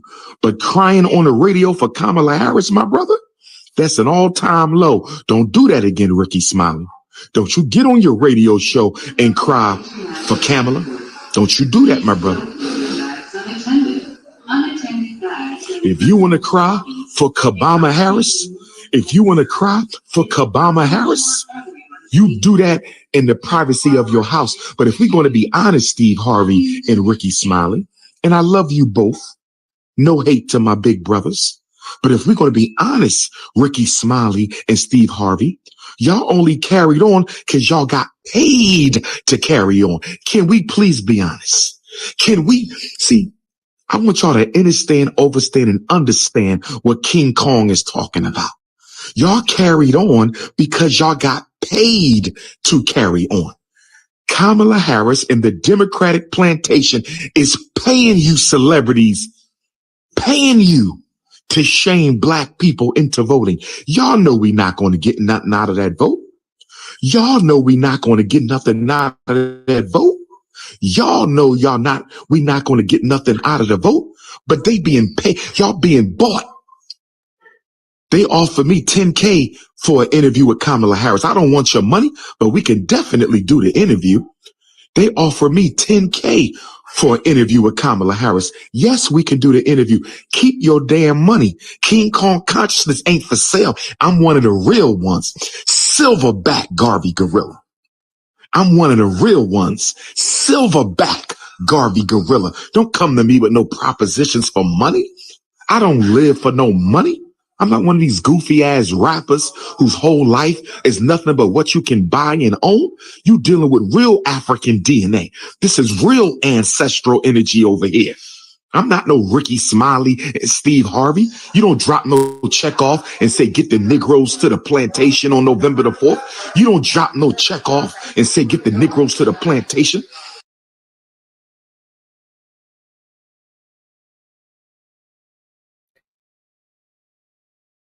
We standing on business. And don't even come in my face if you ain't talking about tangibles. Way to go, Dr. Umar Johnson. I'm glad to see that, because see, I believe the reason that they see, Why you think they tapped him? They tapped him because, oh, well, you've been at odds with certain folks over here before. Once again, pointing to the power of the grassroots. And not just grassroots, but this right here. All of y'all. That's who they combat. Hope y'all see what I've been saying. Y'all are the most important thing. It's not just me that's been saying it. You've heard other folks tell y'all. It ain't just us on this mic. It ain't just us doing these videos. It is all of you. And the fact that you are demanding to be recognized as the great human beings that you have been blessed to be. We are from a very, very powerful lineage. Very powerful lineage. So much so that the rest of the world had to make sure we never knew who we were for them to feel comfortable. You have a whole group of black folks to whom you tried to strip our identity, and now everybody is trying to force their identity on us as being one of us, and they're not. And I am so glad that this delineation movement has happened when it did. We are in a different position than we have ever been. Don't you ever think you have to give your power back. You got people out here saying, man, we don't need to be worrying about that reparations, all that silly stuff and all of that. We say what they say, man, when you don't honor your monuments and icons, then somebody will sit up here and tell you, hey, you hands, man, and call it theirs. You better know it. And so we have to really stay vigilant, because we got a lot of infiltrators that want to come out here. They want to tell us a lot. I mean, here's my point of it all. We need to hear from Kamala Harris, unlike what Ricky or D.L. Hughley talking about. We need her to answer some questions, because it's funny that now that Joe Biden is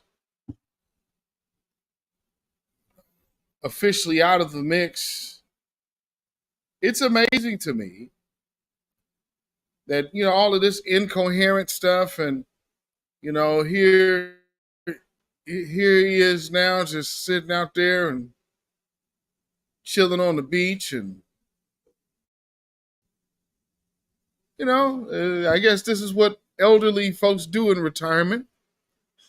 But he looks like an old grandpa at a retirement village. And they were trying to say that he was fit. We need answers on how you were trying to sell us this, as this was the plan. This guy was the plan first, remember? Then also, let's look at the fact that you guys literally held a coup to unseat a running president. So there's been a coup. This dude's cognitive decline that they covered, and then his bad policies that have us where we are now, that she now has to turn around and pivot. This is a bad campaign for her, not because of us. This is because Democrats stuck to what they wanted to do versus doing something for the people. And now they get to suffer for it. This isn't our fault. I guess y'all could just let this man just drift off into the sunset, though. I mean, because this, mind you, as you can see, that's clearly not in slow motion if you thought it was. Yeah, it's definitely not. Oh, let's put this camera here. Let's put this umbrella here. Too late.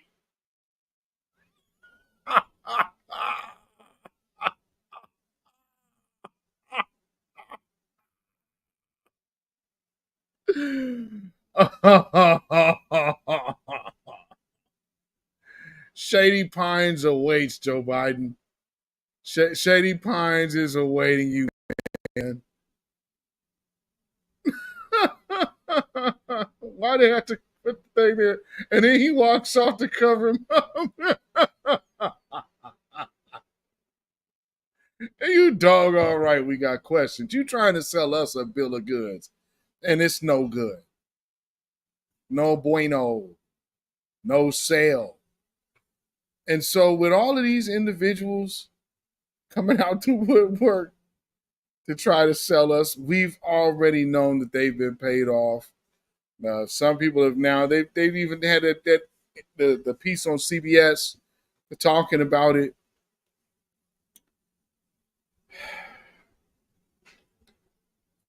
What I just don't understand, though, is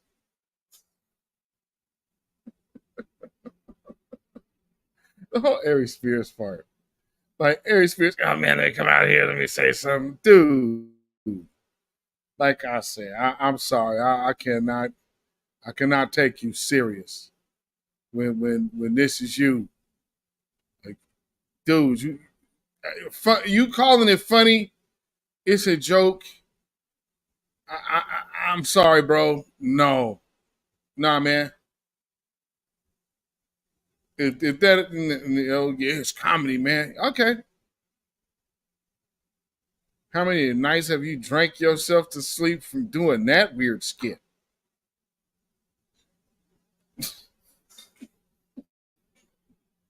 Talk about weird. That's a freaking weird skit. And I say, my man, I mean my man. Word.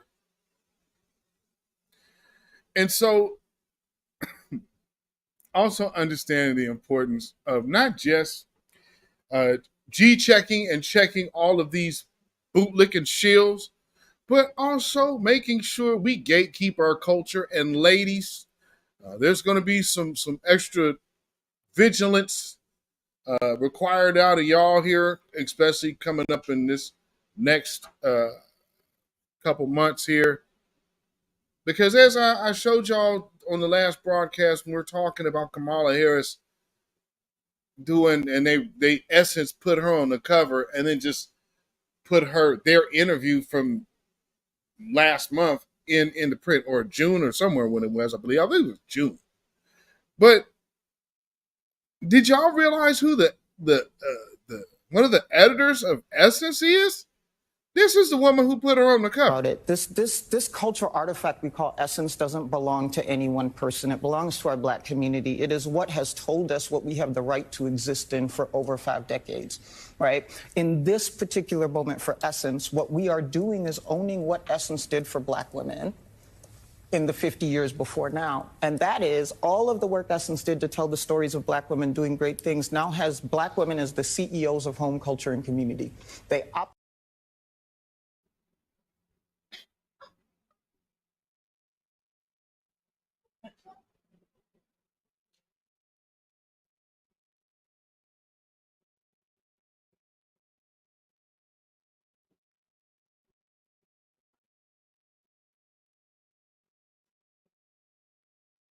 Her last name is Wanga. Where's your family from? Let me guess. Nigeria.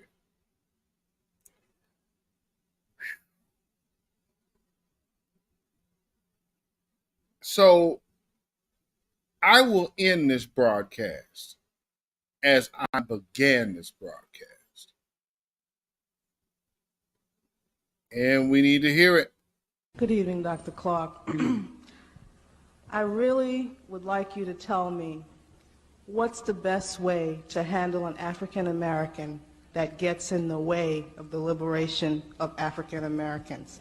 I believe in this unity, and I'd love to love all of them, embrace them. Please tell me how to do it strategically. Put space between you. Don't try to reform him. Give him the information. Hope that he will use it. If he don't use it, then don't waste time letting him obstruct the movement. People who don't believe in themselves can't believe in you. They can't help you. It's heartbreaking to know that there are some of us we have to write off so the rest of us can survive. I just told you a little while ago, these leaders that they call leaders, this included Lena Horne, this included Dick Gregory, and this included comedians, comics, trumpet players, baseball players. Show me in the white community where a comedian is a white leader. Show me in the white community where a singer is a white leader, or a dancer or a trumpet player is a white leader.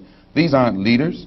These are puppets and clowns that have been set up over the white community and over the black community by the white community and have been made celebrities and usually say exactly what they know that the white man wants to hear. Babylon is fallen. Babylon is fallen. Let it fall and let us rise. Can you dig it? Ooh-wee.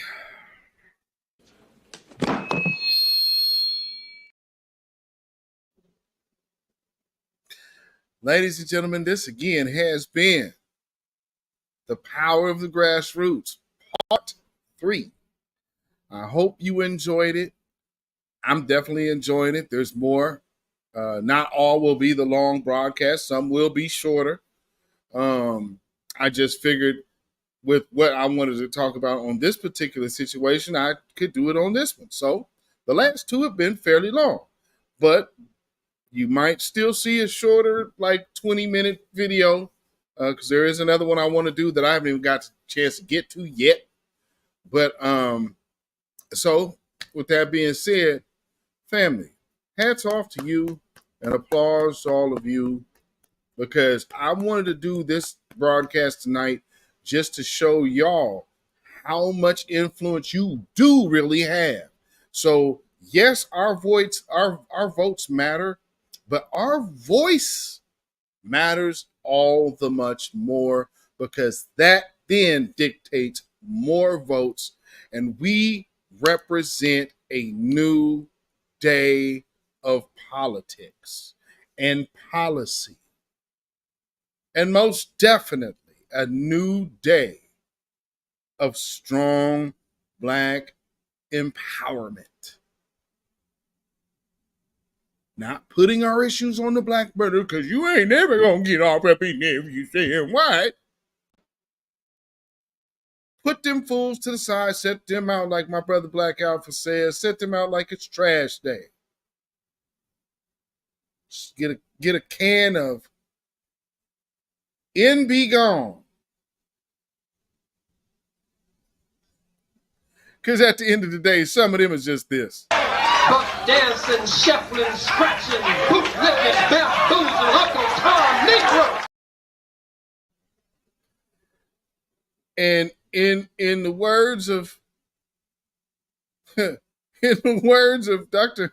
John Henry Clark, you know, we just gonna have to deal with the reality that some of these people are gonna have to be left behind. And fast forward to Dr. Umar, because Ricky Smiley and all of you talented 10th Negroes. And I'm telling you, as a psychologist, I'm not going to be able to psychologize all of them on the corner. Some of them going to sleep for good. And So again, let me reiterate my position. For all of you who believe that you should, or say that everybody is for sale and Black empowerment's for sale, Black empowerment is not for sale. And for those of you who say it is, we all here at the pt.3 official show can give you an express delivery of Sambo.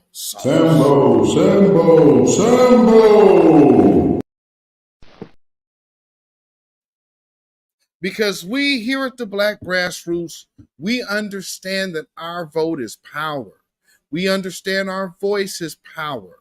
and we understand our leverage is power, and we refuse to give any of that up. And if you come dealing with us just in the words of Dr. Umar, we are standing on business. You have to come with the tangibles. And so if you don't have the tangibles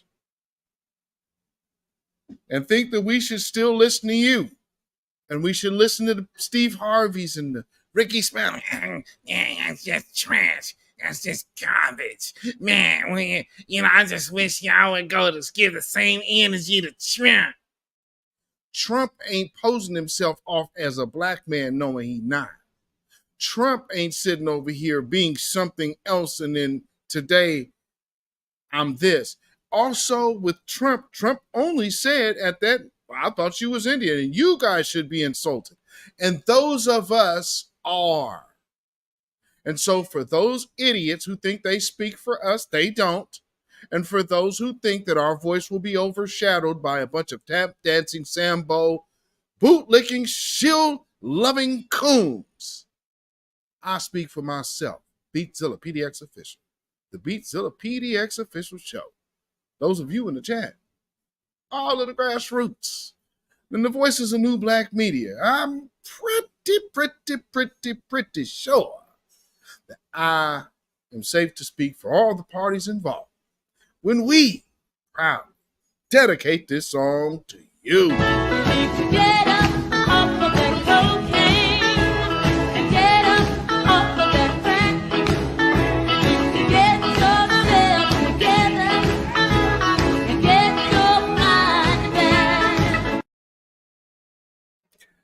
Yes, indeed, ladies and gentlemen. You can follow me on Instagram, Facebook, and Twitter at Beatzilla PDX Official. No, Beatzilla PDX. And you can email me at ourrealtruth@gmail.com. And if you feel so inclined to put some money in the bucket, help this channel out, you can definitely do so by way of CashApp, $Beatzilla PDX. CashApp, $Beatzilla PDX. We also have PayPal, which is Zilla Music at PayPal, which is ZILLAMUZAK. And let me remind you, just before we go, all of these funding partners this is all about reparations. It's all about reparations, but it's all about combating lineage-based reparations, and that is a big investment.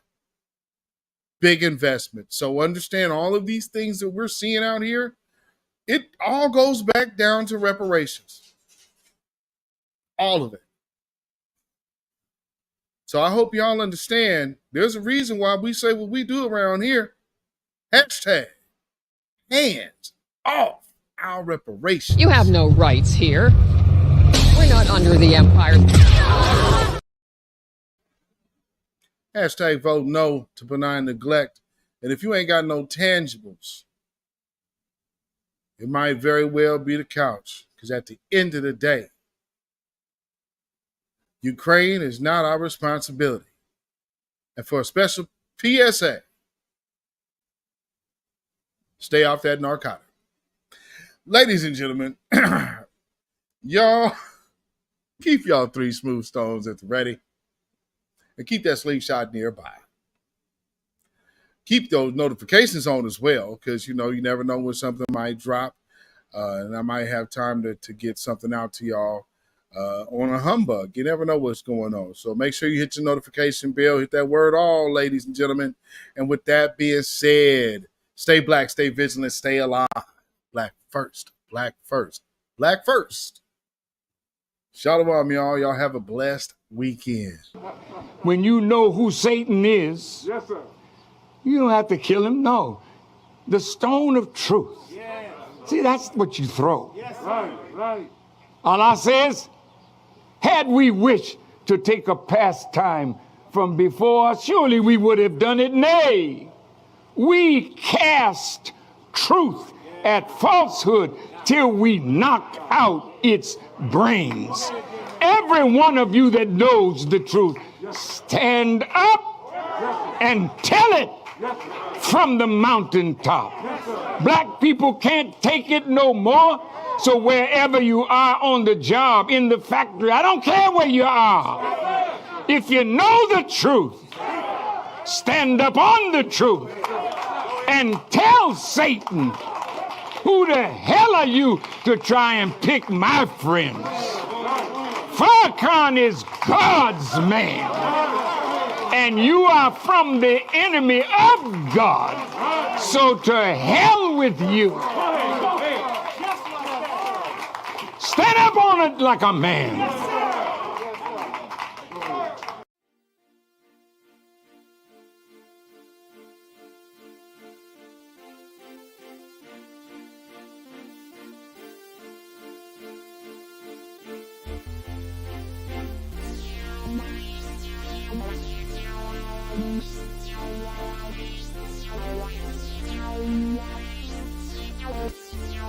Thank you.